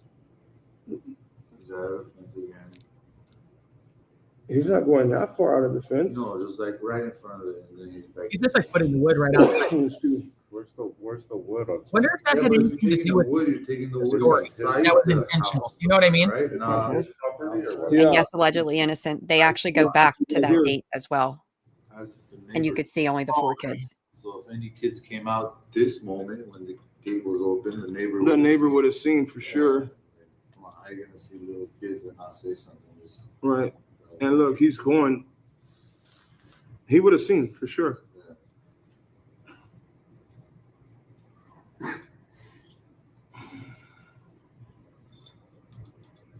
Is there an exit over there? There is. Yeah. So this road is a little bumpy, so a lot of people go that way and that around. Bro, they were in the backyard. He's claiming that they vanished. And leaving that gate open. What the heck did I do? I don't know. I think we're getting closer. I can't see the time up in the top though, so it's hard for me to gauge it. They should be coming running out right now. But basically, he goes and searches for like 6 minutes. Yeah, hell yeah. Him and his wife, because on the 19th. They would have been out there screaming and yelling. But they bro. said they searched the backyard. I haven't seen any heads running back and forth back here yet. No one. They also No say one that is they on searched there. this whole Really dirt see area, that, right? and you never Yeah. ever see anybody come You see into him this on dirt the area and opposite search side of for the them. fence. How you gonna not Nope, see not once. the fence? You see how he on this side of the house? Yeah. It's a fence maybe in 3 feet. Right. Yeah. You're gonna come look in that little cut right there, right? Right. Go look. Yeah, you're gonna look. Or in that back house. I see him. He's right here. What's he doing? Just standing there.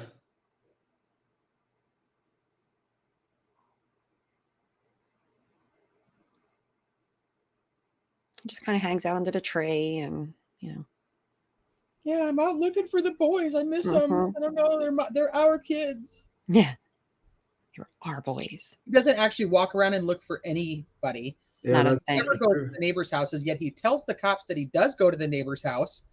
And the cops are like, they all have cameras, and they don't have you go into their house. You're lying. And it goes all around. It's like a 2 feet, 1 foot, like a little Oh, you see with walkway all around it. with the lights Right. on back here, you could see through the fence. You can see the fence. Yeah. Exactly, Dynamite. Just wrapping presents. running or whatever. And we've seen all that. No kids left the house, bro. No kids left to that back. And you know darn well they purposely bought them Christmas Lights presents, on in the back now. knowing that they were not around. Yep. Just for this story. And they were more generic. They could have been given to anybody at that point. They could have been That- for I think that anybody. was kind of What's the the purpose. story with him just standing there? Oh. No, they're just off. No, Delana, she never comes out of the house. She's like, we looked all over. We were walking over here. We walked over there. No, you didn't. Nope. He hasn't taken off yet. Nope. It's already been 15 minutes since he went in the house. He went in at like the 14 mark, right? Yep. So supposedly he ransacked the house and then ransacked the yard. Yeah. But we haven't seen him ransack the yard at all. He's just chilling. Look at him. That's him right there. Yeah, that's him. It could be a little star in it. Yeah, I don't think that's him. He's standing just still. I've seen him move. It probably turns. What is that? Something hanging there. We're gonna go investigate that. It's probably not there anymore.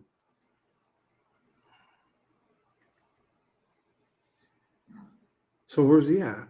He's about to jump in the car right now, like at 33, I think. Yeah, 33.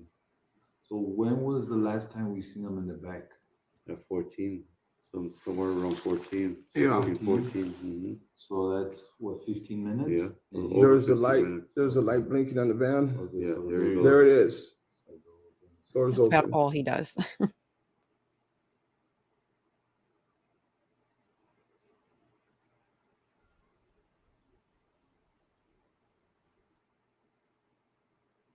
He is in no rush. Yeah, like if you're gonna run to jump in your car to take off, why would you sit in from the passenger side? Like, you know how hard it is to like jump over the center console, like, right? You're rushing, like, Yeah. it's kind of Yeah, this hella suspect, And, bro. but he never went walking down the street at all. no, he didn't even No. walk to the front of the street to see if they're on the He didn't go front, back no. into the rear to look for him. Nowhere. You look behind the side of the car, like maybe they're on the other side of the car. Just Yeah. he didn't sit from that side. At the end of the road over here, it tees off to what, an open road, or is that the main road? When you go back like this way, away from back, like heading towards the road this way, Yeah. you tee off to a main road. 3 to 38. This is where All he right. turns. So he left at 16:33 and he's back by Look how 16:38. fast he's coming back. He's punching it, bro. Look Yeah, at that. yeah, he's moving. Look at that. Yeah, He's it's from exciting that for sure. street to here in what was that? 3 seconds? Yeah. 4 seconds? He's Hella back. fast. Done. Hard. Look how far that other Exactly, that Lisa. other street is. Yeah. He did not But look the biggest that, thing, bro. that area, he didn't search. That's where his kids would have been. Yeah. Him driving back towards that way. Yeah, now he's getting out the other side. It never brings a Is we flashlight never out. seen no kids leave out that rear. Unless you walk towards the street. Yeah, that's when he's gonna go right there and he's gonna call the cops and just stand there forever, bro. Yep. He just stands there for like what, 13, 14 minutes?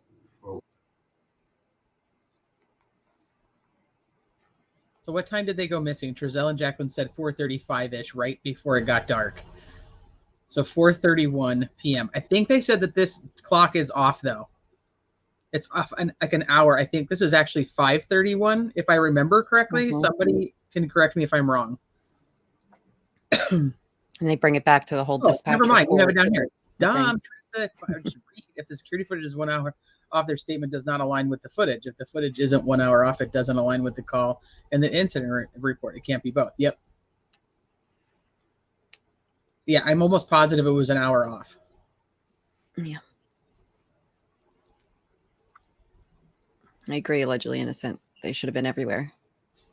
These are just random interviews if you want to play them. They're just interviews from the Cal City home. I mean, well, around that area. See what we got.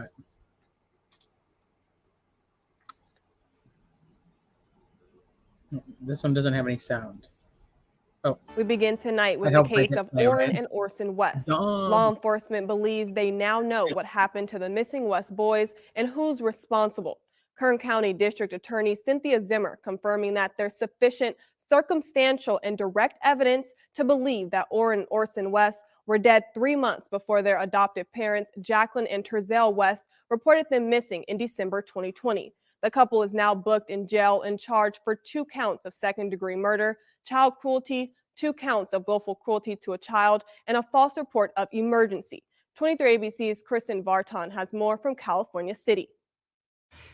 I guess I was shocked that there was finally a conclusion. Oh, she's loud. But I didn't really feel like there was a definitive answer. You're really loud. More than a year later, some questions are finally being answered about the missing toddler brothers Orrin and Orson West. For Paula Thompson, it did not come as a big surprise to her that the people arrested were the adoptive parents, Trezell and Jacqueline West. Even my parents say they, in that whatever 6 months they were supposed to be renting that house, they never once saw anybody. And their kitchen window like faces, you know, the back of that house and everything. They're like at the back of the house several times a day. And they never saw anything or any lights on at night or anything. Paula Thompson's dad and stepmom live right behind this wooden fence. I think that lady testified today. Not the lady who's talking, but her stepmom who lives there. Oh, okay. I think she testified today because she was talking about how she goes out and skims the pool. There you go. At night, her and her husband go out and skim the pool at night, but it was getting dark, so she stopped. I'm wondering. I bet that's that one. They say they could see right into Jacqueline and Trezell West's old California City home, where the boys were first reported missing. But they say they never saw Orrin or Orson West or any kids here for that matter. But I did always think that sounded really, really fishy. And even watching the interviews, like when it first happened and everything, like the body language and just, I don't know, they didn't seem emotional at all. They didn't seem distraught. But neighbor Jorge Cuelapana saw something during his daytime walk weeks before the boys were reported missing. I like this guy. I remember seeing the van they have, I believe they have a white van, that they have backed it up against the door, the front door, completely, like trying to seal the scene so that nobody could see who was getting out, going in the house. Cuelapana says he's seen kids by the house before, but never the missing West boys. Cuelapana adding that the news that the Wests are being charged with Orrin and Orson's murder came as no surprise to him or other neighbors. I mean, how two kids can disappear in an hour and 15 minutes? The guy says he came out and started combing the streets for looking for the kids after 40 minutes when he realized that they were not there. I mean, 40 minutes is nothing for a couple of kids. They should be hanging around there. In California City, Kristen Vartan, 23 ABC News, connecting you. So Jesse, what we're learning in the trial now is that Orrin was never there. They think that Orrin was actually killed in the Bakersfield apartment, or in that when they lived in the Bakersfield apartment, and that Orson did come and stay there, but was not there very long. I think the kid said maybe a day to 3 days, possibly he was there. Yeah, it was not very long at all. Is this more interviews? Yeah. Okay. I believe he's the one who gave the footage. The one that gave the footage to AV, or because there's other footage? To AV. Call him LV. Boys, and I don't want to be a hassle with anybody. I remember Doug doing it. Oh, that's right. This is Doug. I'm sorry. I'm confusing everybody. Seeing anybody over there with the kids or anything that you have witnessed? We've lived in this hospital about 7 years, and we cannot miss what goes on over there, whether we want to know or not. I don't think this is the guy who gave the footage. Or not. That's not Jesse. What's going on over at that house? There's 2 or 3 that gave footage. One has the direct, one has the angle, and one has the back. The trial is not any animals, but you can listen to the audio. In the description of this video, I have the link to the audio, but there's no trial until not this coming Monday, the following Monday. So they've had 3 days of testimony, and then they're on a break. No woman, no kids. No woman, no kids. That explains a lot, because through a lot of research. That whole story is. Night Crime Curious. I'll see you tomorrow. Okay, yeah, through a lot of research, because I noticed with droning and doing a lot of stuff, and I help the police as well. And the other haven't story seen any kids' toys or any dog toys that were around there. They don't have anything. The other story that they put out was they went around looking, talking to neighbors, asking for help. They didn't do any of that. None of that helped. Yeah, KG News is allowed to air some snippets of inside the courthouse. So if you go to their YouTube channel, KG News, they have little segments. They have little pieces of it. Next door. Now, do you guys have any CCTV or any video cameras?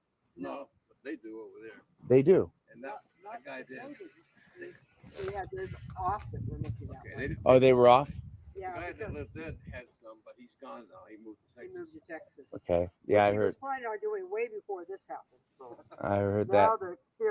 now the conspiracy is I forgot all this went on. to do with that he moved, but no, they were planning on moving a long time. Let me ask you a question, because they bought this house in May and they didn't end up moving for till closing after I think it was a 60-day closing. So that would put them towards July time. So you guys would have seen between Jody, July so it and was her. It was September that stepmom. and December, if you would have I seen thought it. so. And nothing, no action, no. So I'm like, nothing. wait, what's she talking? I'm like, I know they gave good footage. I don't know if the police ever talked to these people right over here, straight over here. I believe some have. I believe. I don't know if the police have. I know some other YouTubers. Oh, and Jesse's on the angle. have. Thank you, Anastasia. There's a person I spoke to on the front. He's a caregiver at the very front house, and he doesn't notice a lot because he's only here during the day, and he doesn't look for this kind of thing. He's paying attention to the person There's he's a caregiving caregiver for. in that house? At the blue house in the very front corner. Oh no, I'm talking about this house. I can go over there. The White House right there. Now that house is the junk just house. that's just steps away from the back gate of their house. Okay. Okay. I don't know if anybody ever talked to those people, but they're not around. They've disappeared, and that house is. Before they disappeared, that house. If you went. Was it a front drug of the house? Was this the drug I house? I have no idea. Because I heard there was drug possibilities. there, yeah. Okay, at the Aspen house And right they here. busted it, and then they cleaned it up. And Right. They sold it. Was anything left behind that you guys would have known of, like tables without tops or anything that No. people would have scrapped over here and then brought back in? Nothing. No. Nothing, huh? I don't think those two boys were ever in that house. No. That's, Not even. Let's go beyond two boys. Were there four kids or six kids? We never saw one. Not even one kid. Not even one child.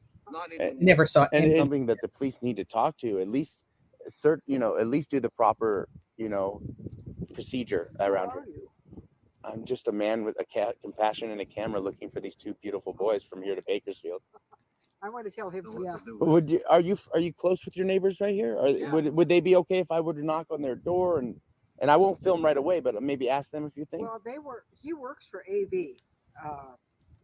The one who's always. Oh, he works for AV News Crew? Yeah. Oh, so he lives right here and he works for AV News Crew. and he keeps track of everything. And Yeah, he works in he has his business in Has he ever talked to you guys? Does he talk to us? Yeah. all the time, yeah. Well, has he posted you guys a story or any of this information? No, he knows as much as we do. Right, but has he posted what you guys said that they were never here? Like that's. Oh, of course he knows that. Oh, he knows it, but okay, that hasn't been posted.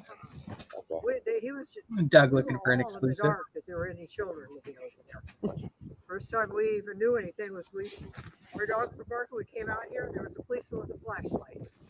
And I said, "What's going on?" And he said, "We're looking for two little boys, 3 That and was the 4." Monday night that they left. Yeah, 3 and 4. Monday night. What night would put that on? Was that the night that the sun goes down earliest of the year? Is that like December 21st? Monday when they were reported missing. Yeah. Right. Jody, Which have this been is the December lady that 21st. testified today. This is her, and this is the mom to that other girl, the stepmom to that girl, or the lady that was talking on the other channel. Any little boys over there with that. Is that right? Am I getting that right, Jody, or no? Because this sounds like her. Not aware that there are any. It testified. That's why I was like, "Are you a traveler? Or are you here full time?" Because you would see everything from here. Yeah, we're here full time. Yeah. Huh. I wish you luck. I don't know. I just say thank you to you guys for letting me know that what you know, and it helps with where we search and how we search. We've shared what we know and what we don't know with And we don't a know. lot of people, including the police, but they don't seem to pay much attention. Yeah. Well, I'm gonna get this out. I mean, I get like 40 countries who watch me, so I'll at least get the story out. No, I'm not Watchman. My name's I'm No Thanks Investigates. Yeah, but my name's Doug Hutton. You can call me Doug. Oh Lord. And I appreciate you guys for your time. Thank you so much. Have a great day. Wow. Okay, you guys. There you have that. He doesn't even know. He's like, I don't even know what that was. What do I do with this? You could skip this one if I don't know how much time you have to. We've been on here a while. I'm fine. We'll take a look at some of the other ones. You've done so much. I'm so impressed. I just kept going at a certain point and randomly you could show which one. I'm like, wow, I didn't even What am I realize. looking at here? Is this is their roof? Yeah, that there are a bunch of little. I actually got this off of AV. Oh, okay. This is after they dug up the backyard. Yeah. Okay, I think I was looking at that one earlier. That's just some drone footage of pretty much everything we saw. It's just above. This is about the fire again. Okay. This is about the 911 call and the timing situation. But I think the video is wrong. I don't know if these are necessarily wrong. Go over this one. Okay. Let's see. Yeah, skip this too. Oh, okay. So this is from the time difference. Mm-hmm. And it's from the camera, right? Yep. Okay. And there's your chalk. It's not chalk though. Now I can't remember if he's just talking to him with the dog and gets the dog's reaction and then shows the footage of the house with the actual chalk or not. I can't remember, but this is when they're staying at his parents' house. I remember this live. Looking like full crazy. Went crazy about because we all thought they were just outside playing with chalk. Yeah. And then they're like, oh my gosh, the dog's name's Chalk. And thank God I read the description of one of the videos because I don't think it says it anywhere. So I was just happened to be looking and I saw Shaka. AV does clear it up. Trash. I'm not going to listen to this whole thing, but ain't nobody going to stop. We're going to stay doing this every single day until and then somebody they were like, talks. wait a minute, was that his brother that was Every walking? day. Not They him? thought it was Josiah. Mhm. Yeah. That's sad, man. It's supposed to be the hard, boy's man. He grandpa really here, does. right? Grandpa don't want to even help.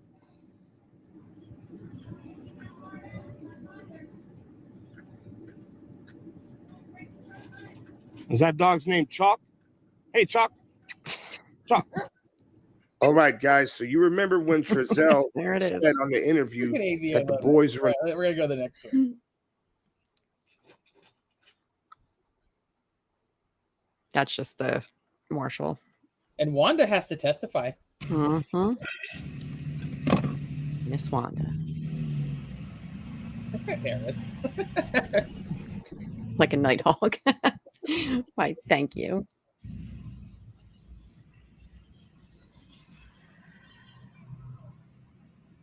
And what is this about? This is the Marshall, I believe. But do we know what they're Confirming. talking to her about? What is it? Do we know what they're talking to her about? I don't know exactly what they're talking about, but they get what? Don't they get arrested a month later? So Pretty quickly, yeah. Uh-huh. They're probably confirming those September dates, the 11th through the 17th. Okay. I'm not sure about any of this, to be honest, but I did find it. I don't know if any of you guys do, but here you go. Supposedly they went to live in a Winnebago for a little bit, and I've heard that, but never seen it confirmed anywhere. it was just they found another person living there who semi-confirmed it. In my opinion, wasn't enough for me, but that's that right there. Okay. For anyone it is. And these are just all kind of just visuals and things. That's just something from Court TV. I'm saddened to announce that the investigation has revealed that Orrin and Orson West are deceased. That's what I thought too. Okay, thank you.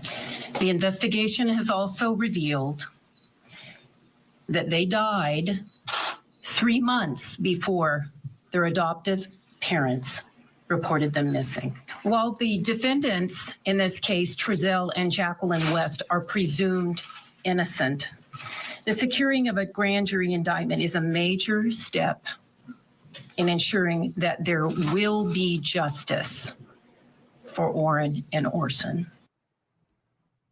On the docket tonight, the case against the Wests. These are the adoptive parents of the Cal City toddlers, Orrin and Orson West. They have not been found, but their parents have been accused of their murder. So I wonder and we've been covering this story for a long time now, but just recently the indictment came down. We heard from the DA. The DA was speaking out. Yes, he was. Well, now we've heard from the defense team, and the defense going on the offensive, going after the district attorney. Let's take a listen. Last week, our clients, Mr. and Mrs. West, were arraigned on an indictment of 5 counts, including second-degree murder, and that came as a result of a grand jury convene. There's been great confusion we've seen about the difference here between a grand jury and a trial jury, and the two of those things could not be more different. First, the standard of proof is lower for a grand jury.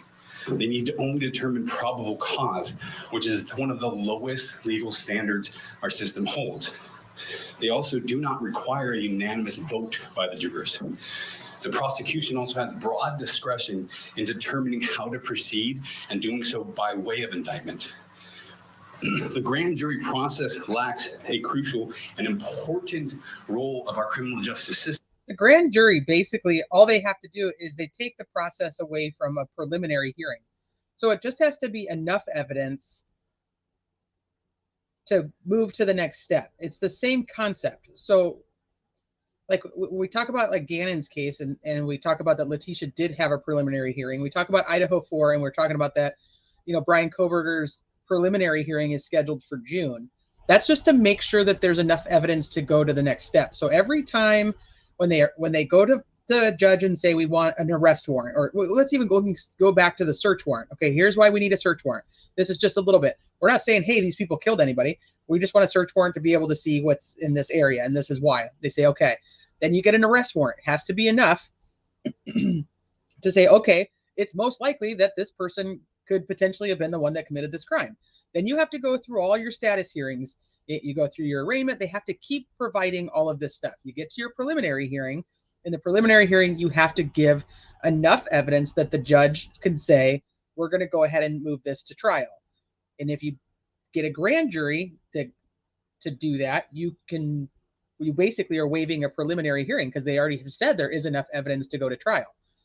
So if you think of a grand jury, equate it with a preliminary hearing, not a jury trial. It's not the same. All right, I'm not going to listen to them anymore, though. They're just arguing semantics.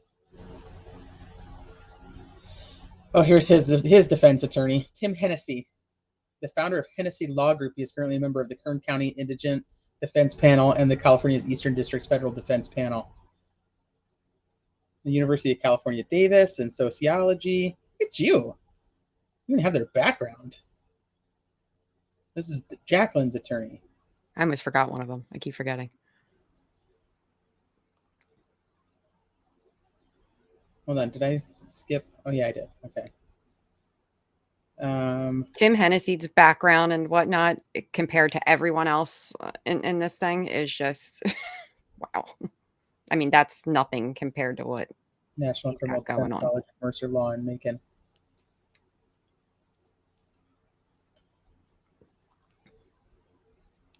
She's feisty.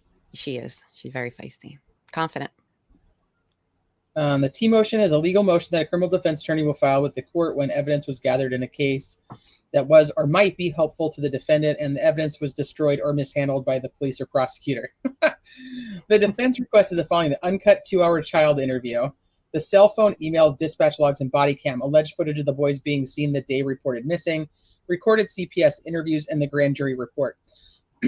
So the 2-hour child interview, there's actually a couple of them. So I'm wondering if one of them, they tried to give them a cut version of one of the children's interviews, because there's a couple different interviews with the kids. Yeah.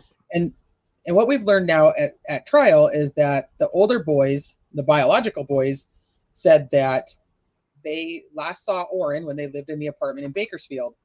And that basically Trezell and Jacqueline told them that they were going to kind of forget that they even existed at one point, and that they were going to cover up that he wasn't going to be around. Like they were keeping it a secret.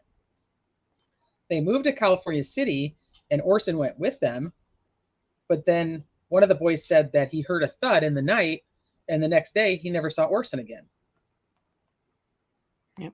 And when the boys would ask, that Jacqueline would tell them just to go back to get their work done. She said she told them at one point that they went to live where they used to live. Told them at another point that they were at their grandma's. Yep.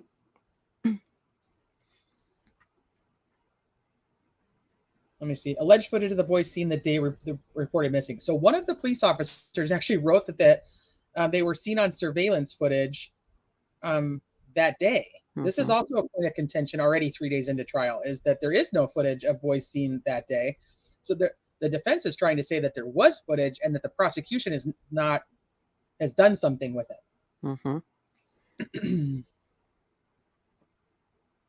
Oh yeah, they did. Yeah, at the adult toy store. Everyone else is searching for the boys, and that's where they're going. And these are just all the codes and whatnot that's attached to the indictment. Have Yeah, and because they haven't found them, they're not getting the charges that, in my opinion, they deserve. I agree, T. Okay, this is good info. There's a lot of child endangerment. There's a lot of those charges that kind of corroborate the other charges, the main charges of second-degree homicide. And then I didn't know half of them, so I said, let's just copy and paste real fast. Well, they're different per state too, typically. So it's interesting when we watch trials in certain places and they're just completely different.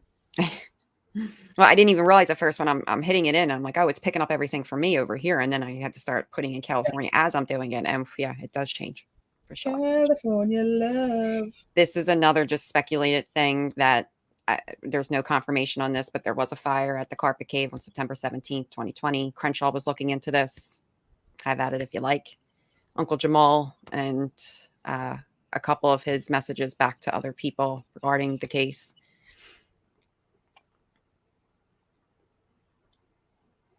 Law enforcement cannot search for the boys as is needed to cover all the desert terrain that needs to be searched.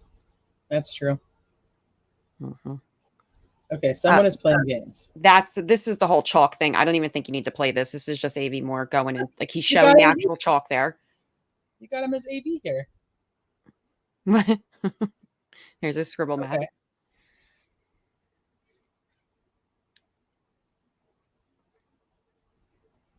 There they are. Yeah.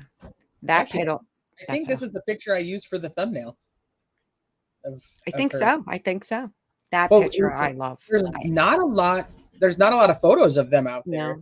No. Because most of the shots that were taken when they were doing that interview with their masks on. Exactly. Look at how cute he is. Look He's at got chubby cheeks. And look, he was known for being, a little bit huskier one out of the two. And as we were able to see, though, through those last kind of pictures, well, for us, in a sense, look how thin they were. Look how they look like completely different children, just completely different. It's heartbreaking. And I just felt like that picture was a good one. They're brothers. They're together. I love that picture. This was another thing that everybody kind of got into. I really didn't go down this rabbit hole, but here you go. What is this? I don't know anything about this. There was a private investigator involved, I guess, in the very, very beginning. I guess he had stirred up a couple things, and I believe he was part of the they kept calling them the other remains. So again, I didn't really go down that, but that's kind of what I got on him. I wanted to see if he was even legit to begin with. So there that was. And then this was the post that seemed to get everybody in some type of, I guess, an uproar or whatnot. But I don't. So was he a private investigator for who? He was working, from what I know, he was working this case like kind of just on his own. And one of those. I wasn't aware that anybody called him in for it or anything like that. That's why I just wanted to more or less make sure he was even legit to begin with, and then found that posting that he did. I said, oh, he was involved. And then I don't know if you remember when they found the other remains that they had thought were the boys. Just some of that. Still somebody's baby. Yeah. Like, I feel like my kids are somewhere around here. I feel it. And I feel like they're in the house. And I feel like they did something. I feel like they're in the house. Remember when Ryan Dean gives that interview right outside there? Like, I think she gives it the same day they give theirs. Huh? She felt like they were in their house? She felt like, she kept saying, I feel like they were in the Cal City home. I thought we were going with, that was Jacqueline's thing, or Trezel's when he was doing the interview. So, we've got to be around here somewhere. I wanted for Ryan in there to be too concerned about looking for the boys. It seems like they're looking harder for adult toys instead. As they were spotted at a local adult store here in Bakersfield yesterday. Wow, unbelievable. I don't know about you, but if my kids went missing, I'd be out looking day and night, not shopping for adult toys. And Mary, no, sadly, they didn't. Not only are the the boys missing, and you called that. This is slide 65.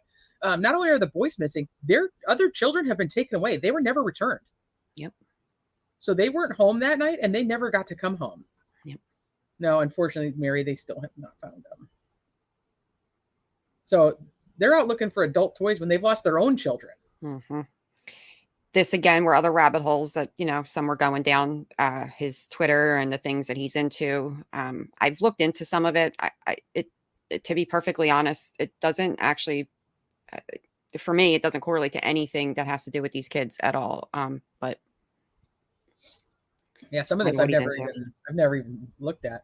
Mm-mm. That's his Twitter. Yep, and some old Twitter things. He's having a conversation back and forth with this girl, and then eventually was deleted. We can verify the name from the other. Oh, look at you! Here you go. Here we go. That one, the one on the left shouldn't even be there. Don't even. If you guys want to go down rabbit holes with this case, you guys can screenshot these and there it is. Yeah. Have at it. Have at it. All right, let's see what you got next. The district attorney, our buddy Eric. Oh, this is what I was telling you about earlier. Shout out to Plunder. Oh, yeah. Don't know how she got this. Don't know where she found it, but she did. And here it is. Back from 2014, prior to everything, right? What's going on? What is that about? Yeah, what did you do with the rest of them? So just goes to show that something's always been a little weird, funky from the beginning. This is this winter solstice that I know a lot of people were going on. I don't even barely know what that's about, but here it is. Was that night? Mm-hmm. Well, the night they said they went missing. Oh. But now we know that's not true. I'll go back here. I like that picture. I like that picture too. All right, so let me think of anything that's been the big things. I think that we kind of covered a lot of the 3 days worth of testimony. I agree, Ashley. Sorry. They're kind of just going in order of when the boys were reported missing, talking about surveillance. So they had the detectives and officers that were first on scene. They had the dispatcher who contacted CPS that night per one of the detectives, who wanted to confirm that the adoption was legit. They had the deputy or the detectives and the officers that were on scene. And the big part, my takeaway was that the one officer did not see any footprints in the backyard that belonged to anybody that would have been a smaller human. Mm-hmm. Wasn't he the one in training too? Like he was asking really good questions for just kind of being like new to the job. I think it was him. Yeah. Yeah. Then the only other thing that I could say that I thought was kind of a big deal that they were going with this one, they're like going at this one cop today. Her attorney was that he put his hand on her thigh, on Jacqueline's thigh when he was doing the interview. Oh. And she like tried to say like that he put what did she say to him? You put your hand up her leg or on her, something like that. And he's all, you mean like on her knee or on her leg? And like she tried to make it way worse. Oh, I heard the officer didn't know anything that testified. Well, there's been a few officers that have testified. And what they're trying to do is, that's not actually true. They're trying to ask the detectives and the officers questions about things that they weren't actually a part of. So they're showing them pictures and the guy's like, I have no idea what that picture is. I wasn't the one that took it. And so she'd be like, you've never seen this picture before? And he's like, I've seen the picture, but I can't vouch for anything about it because I didn't take it. So they're trying, and they do that on purpose because what they want is for the jury to think the officers don't know what the hell they're talking about or what they're doing. The biggest things I think are the issues for the cops is using the cell phone and not keeping track of anything that was done on it. And one of the officers did talk to CPS that night and didn't remember it or didn't document it in his report. What was the other big one when it came to the phones? Yeah, there was quite a few things about the phones that she's really going for. Trying to think of anything else that was really big. Let me, so I don't forget something, I'm going to pull up KGUTV's Twitter real quick. Just to make sure. They had some of the neighbors that were testifying today. And the one guy was so nice, and he's moved to Texas now, but he was so nice, and he was getting threats and all kinds of stuff because for Christmas they brought them food, and they brought him over like a lasagna and stuff for Christmas because he felt bad that they were like alone on Christmas. Nobody was there. And so apparently because he was being kind to them, he got a ton of threats. Oh my goodness. He did say that he saw kids that were approximately like hip height. He doesn't know how many kids because he had gone over to borrow something from Trezell. Him and his wife had also gone over and like introduced themselves when they moved in. Let me see. I'm just going to go through his Twitter real quick just to see if it refreshes my memory, because a lot of it was they're just kind of starting the story right now. Yep. So there wasn't the biggest thing that I would say I took away was the fact that they did think that Orrin was killed in Bakersfield and that Orson was killed in California City. Yep.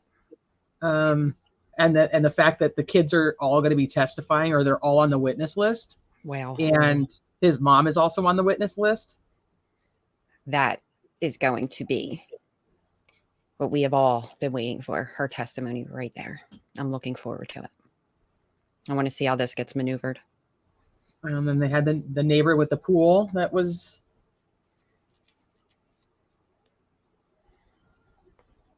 It's just terrible to think that these babies were in the hands of their biological parents, and sometimes things happen. And just to know how all this went, and to know that they were put in the hands of these actual evil ass monsters, just terrible. I look at that picture and it's heartbreaking. Well, here's the thing: the children are on the list. Yes, the other children are. They're the bio kids and the other two kids that I thought were adopted, but maybe they were still foster kids. Yeah, all four of them, I believe. 3 of them for sure. They have been through. Sorry, Tay. Well, they're the ones who the reason that that officers deemed that the children were killed in September is based on the other children's testimony. Exactly, their timeline frame. They haven't seen it. Yep. And they're mainly going off of the oldest, right? Because he said he heard the thud and then didn't see him anymore. And what happened in Bakersfield, where he was told that they were going to keep it a secret. That's right. There we go. And they didn't call for medical help. Yes. There we go. Or something. Let me see. Those kids have been through way too much, way too much. That I almost can't believe that. I mean, I know why they have to testify, but do you think they're going to actually pull them up to the stand in that way, or do you think they're going to do it in a different way? I honestly don't know. It depends. They can have them just testify in court. Because even the oldest would only be 12 right now. I haven't looked at any of the court docs to see if they've because the children would be given their own attorneys or guardian ad litems to protect them. Right. And I don't know if there's been anything put through the courts asking that they are allowed to do like video or anything like that. I don't know. I've not looked at their court docs to see one way or the other. They could request it, but a lot of the time they just have the kids testify. It would be great for the jury. About a diaper. The one cop, she was talking to him about that he found diapers in the house, and she's like, you said that they were a size 6, and he was like, yeah. She's like, well, how did you know that? And he's like, because it said 6 on it. And then she was like, well, that doesn't go to age. And he's like, I actually really don't know. She's like, but you testified that you have a kid who's 3. He's always 5 now. She's like, so you're saying you've never bought diapers? And he's like, I've never bought diapers. Like, my wife takes care of that. She's like, so you don't know anything about diapers? And he's like, no, I really don't know anything about diapers. And that pissed her off. Was he the one with the toothbrush who said about all the dust on the toothbrush? I don't know if he's the one that said that. So they did say they found 2 toothbrushes in the medicine cabinet that were dusty and had some type of residue that was that had them stuck to the shelf or the counter or whatever it was that they were on. Wow. Oh my goodness. So they that you could tell they hadn't been used. And only kept them there in case. The West did have stockings up for the boys, which is even sicker. Oh, about the diapers. So they were talking about how there was the diapers were there, and then they were saying, well, they could have just kept them from whenever they did have the kids. And then so after the house was they kept the house in police custody under the search warrant for a long time. And I think she said, and I might be saying it, I might quote the time wrong, but she said like it was almost a year later that they went back in and they found a used diaper, and that used diaper would prove that that the boys were there. But it would prove possibly that Orson was there. But then that makes me think, did they have a fucking diaper there for how long? Did they keep it there on purpose? I wouldn't be surprised at this point. I wouldn't be. If they kept the toothbrushes and things. I just don't understand behind it, though. I don't know what their process of thinking was, knowing that they're not actually here. You cannot actually make them come back now. So even keeping all these things, even if it's for show, they're still not here at all. Right. The other big things that they talked about so far were that one of the reports did say that there was this camera that showed the boys walking down the street. Everybody's saying that that's not what it is. They're going back and forth about that. They said that, let me see.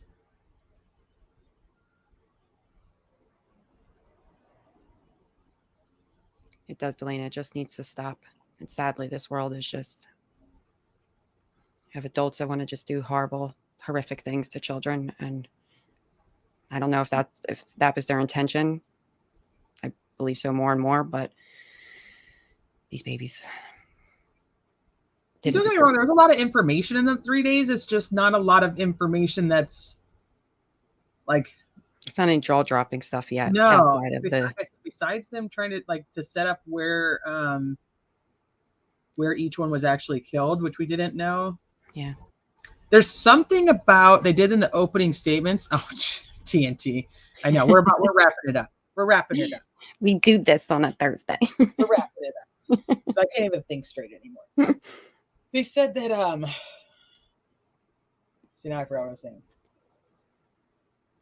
Oh, that one of the officers told Trezell to get the fuck out of here. Oh. Did you hear that? No. And so they're giving him a hard time about that, but they actually quoted it wrong. They said that he told him to fuck off or something like that. Well, they're really pulling at some stuff, huh? Oh yeah, that's why I'm like, there's nothing that's like earth shattering. Mm-hmm. I want Wanda's testimony. They play a ton of the interviews with them, but they're just lying through the whole thing. Yes. So I don't know if it's really worth just to hear their lies repetitive, because that's what it is. It's just the same lies on repeat. They really have worked on this story. So they were saying the same things over and over again, and they don't really change their tone. They do play liars. An audio of a call between Jacqueline and I think it's her oldest son, where she's telling him to ask for an attorney and that he doesn't have to talk to anybody if he doesn't want to. Yep. Oh, allegedly innocent. I really appreciate you being here. Yes, we do. Thank you. I know it's super frustrating that we can't watch the trial. I want to see their facial expressions. Mm-hmm. I feel like they deserve that at minimum, that the public should get to see their faces. They should see their, at minimum, shame at this point. It goes even further than that, but no. Oh, goodness. Mm-mm. Especially if they're children and these babies now have to testify too. Yeah, no. Mm-mm. Yeah, there was some controversy about what night they ate soup and what night they ate top ramen. Yes. I was like, okay, if that's what we're getting out of this, and I mean, I don't know. He was terrible with that though too. The way he tried to maneuver that, he was purposely trying to confuse them with that, and it didn't work. He was all caught up. They said that he, in the interviews with Trezell said that Oren cried a lot. Mm-hmm. Let me see. Is there a reason it isn't being aired? Sorry, I haven't been following. Well, we all have speculation, but I don't know. There's no particular reason that they're telling us it's not being aired. You can listen to the audio. A lot of people think it has to do with the fact that mainstream media doesn't care, because it's two little black boys. So why would they care, right? That's that's a big consensus. Now, can I say that? No, I don't know that to be true, but I can tell you that the boys never got the attention that I thought that they deserved. They didn't nowhere near get the attention that they absolutely deserved. And in my opinion, the reason why they're playing funny with the way it's being aired, and they're never going to let this type of shit out, but just from the boots on the ground, I can't help but to take away from the fact that let's just start off with the corruption from CPS through adoption, fostering adoption, and all of that. You have this supposed police officer that could be like, for me, it fits why they're doing it. I think they made some mistakes with the dispatch and the logs and the timing and all that other stuff, like Crenshaw was saying. I think they know exactly why they're not airing this. Yeah, that's right. I mean, I hate to say that because I don't want to accuse anybody of that being the actual reason, but it feels off to me. Yeah. But then, I mean, turn around and you look, and now we've got Vallow, who's not going to have anything. They're going to have to buy audio and replay it later. And even that though makes me think, because like they know everybody and their mother's going to want to tune into, especially that trial. I still think that there's things behind why they do what they do, and maybe for Vallow it might be something different than why they would do it for this type of situation. But well, see, most people think that they don't want to show Vallow because they say that the judge is a little corrupt himself. I don't know if I necessarily believe that. I think that he's kind of an ass, but okay. Yeah, I just think I feel like we should have the right to see this. And I don't care about their rights anymore. I just don't. I can't look at those two boys and give a shit about their rights. I just can't. Yep. And then he said now he has a reason to cry. Oh, see. This is about 4 hours, 3.5, 4 hours from me. I used to live up in this area, not Bakersfield, a little bit further north. In middle school and beginning of high school, I lived very close to this whole area. So like I said, I don't think that there's a ton that's been missed unless something is being said that we don't really understand the meaning of yet. Because at the beginning of trials, there's like a lot of little things that are put out, but we don't really know what they are. We don't know what they're going to lead to yet. So unless there's something like that comes back and it's like, oh, that's why. Mm-hmm. Fitting all those, making that puzzle make sense somewhat, and getting all those missing pieces that we, for the last few years, have been trying to gather and figure out. And I hope we get it. It's ironic though, too, because I actually thought we would get it for the West boys, and I didn't think we'd get any video for Stout. Same. And so it's completely opposite. Even though we're not getting edited like a Law and Crime or Court TV from Stout. We're gonna get the WebEx version, and there's supposed to be like a few stationary cameras, and I'm wondering if in those cameras we're gonna be able to see Letitia. Another one. Tisha, whatever you want to call her. Are we allowed to get the transcripts in real time as in the audio? We can, for West, you can listen to the trial via audio. You can't record it or stream it. And then I don't know about transcripts, but what I do know is they're giving the jurors, which is crazy to me, but I think it's awesome. They're handing the jurors transcripts of every recorded interview, interrogation, any body cam.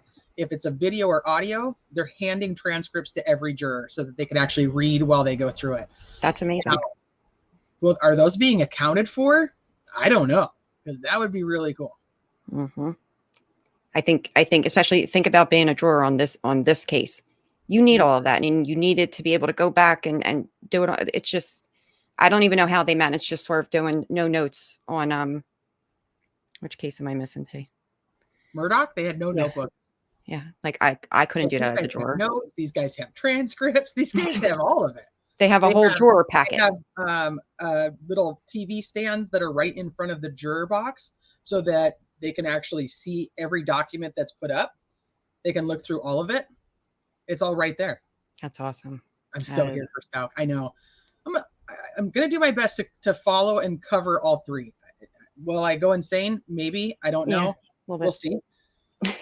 But they're all three in my brain. I followed all three of these cases from the jump, and I can't pick one. There's not one that's more important to me than the other.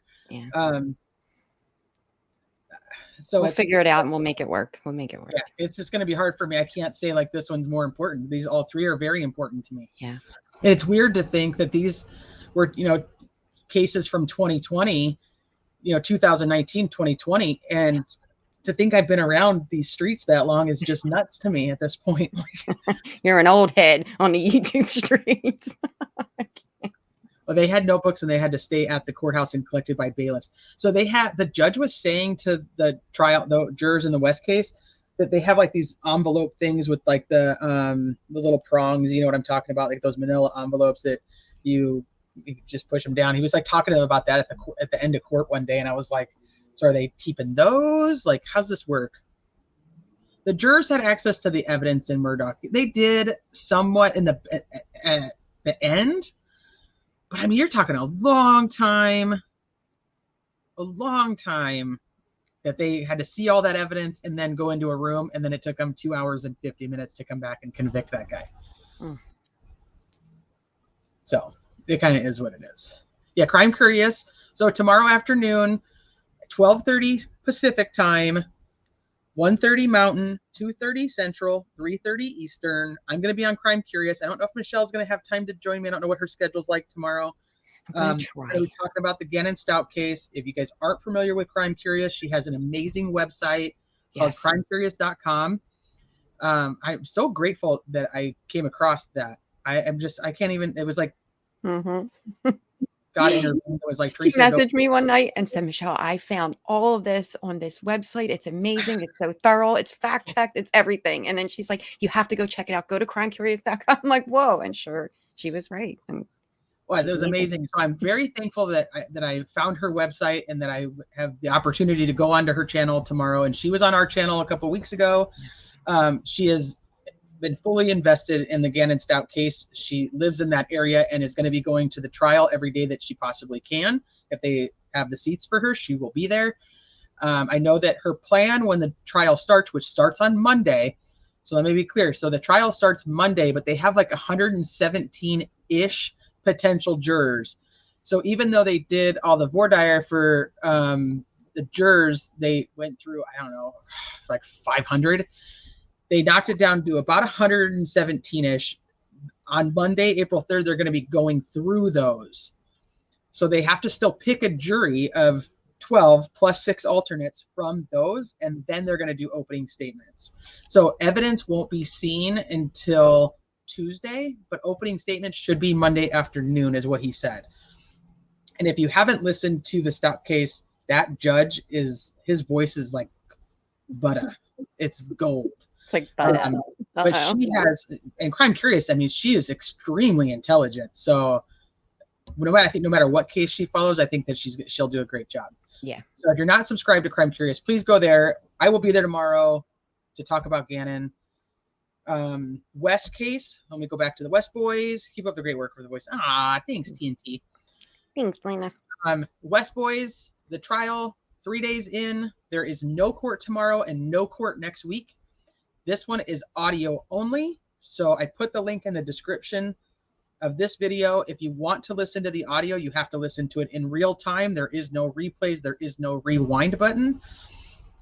I don't know if anybody's streaming it, but if they are, they're not supposed to be. Unlike Tisha Stouks, where it can be streamed, and it will be streamed on Law and Crime. And I know Sleuth Bomb is streaming it. The Word Case Studies is going to stream it.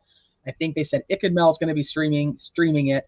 It's all going to be the exact same camera angle because it's from like 3 stationary webcams. Just be aware. So it's kind of just wherever you choose you want to watch it there. Vallow Daybell. So that trial also going to be in jury selection. And I don't know how long it's going to take them to pick a jury. That's going to be crazy. Those poor drawers. I thought they were supposed to start jury selection this week, but they didn't. So I don't know. Maybe I got bad info on that. Because I thought they said like the 26th they were going to start. She had to be there by the 25th, and I thought don't even quote me because it didn't happen, so it doesn't even matter what I thought. So jury selection for that case, and then News Nation not News Nation. I'm so used to News Nation with Idaho 4. Yeah. East Idaho News with Nate Eaton will be covering, I'm sure I'll do updates too and be tweeting, but they're going to have the audio.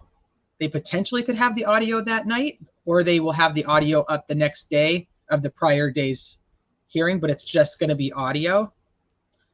They do have a sketch artist that's going to be in there that I heard. Yeah. but I don't think there's going to be any footage. So those are the 3 big things that we got going on right now, kind of in different steps, which is I'm thankful for, because West is off next week. So I can do Tisha Stout trial starting Monday.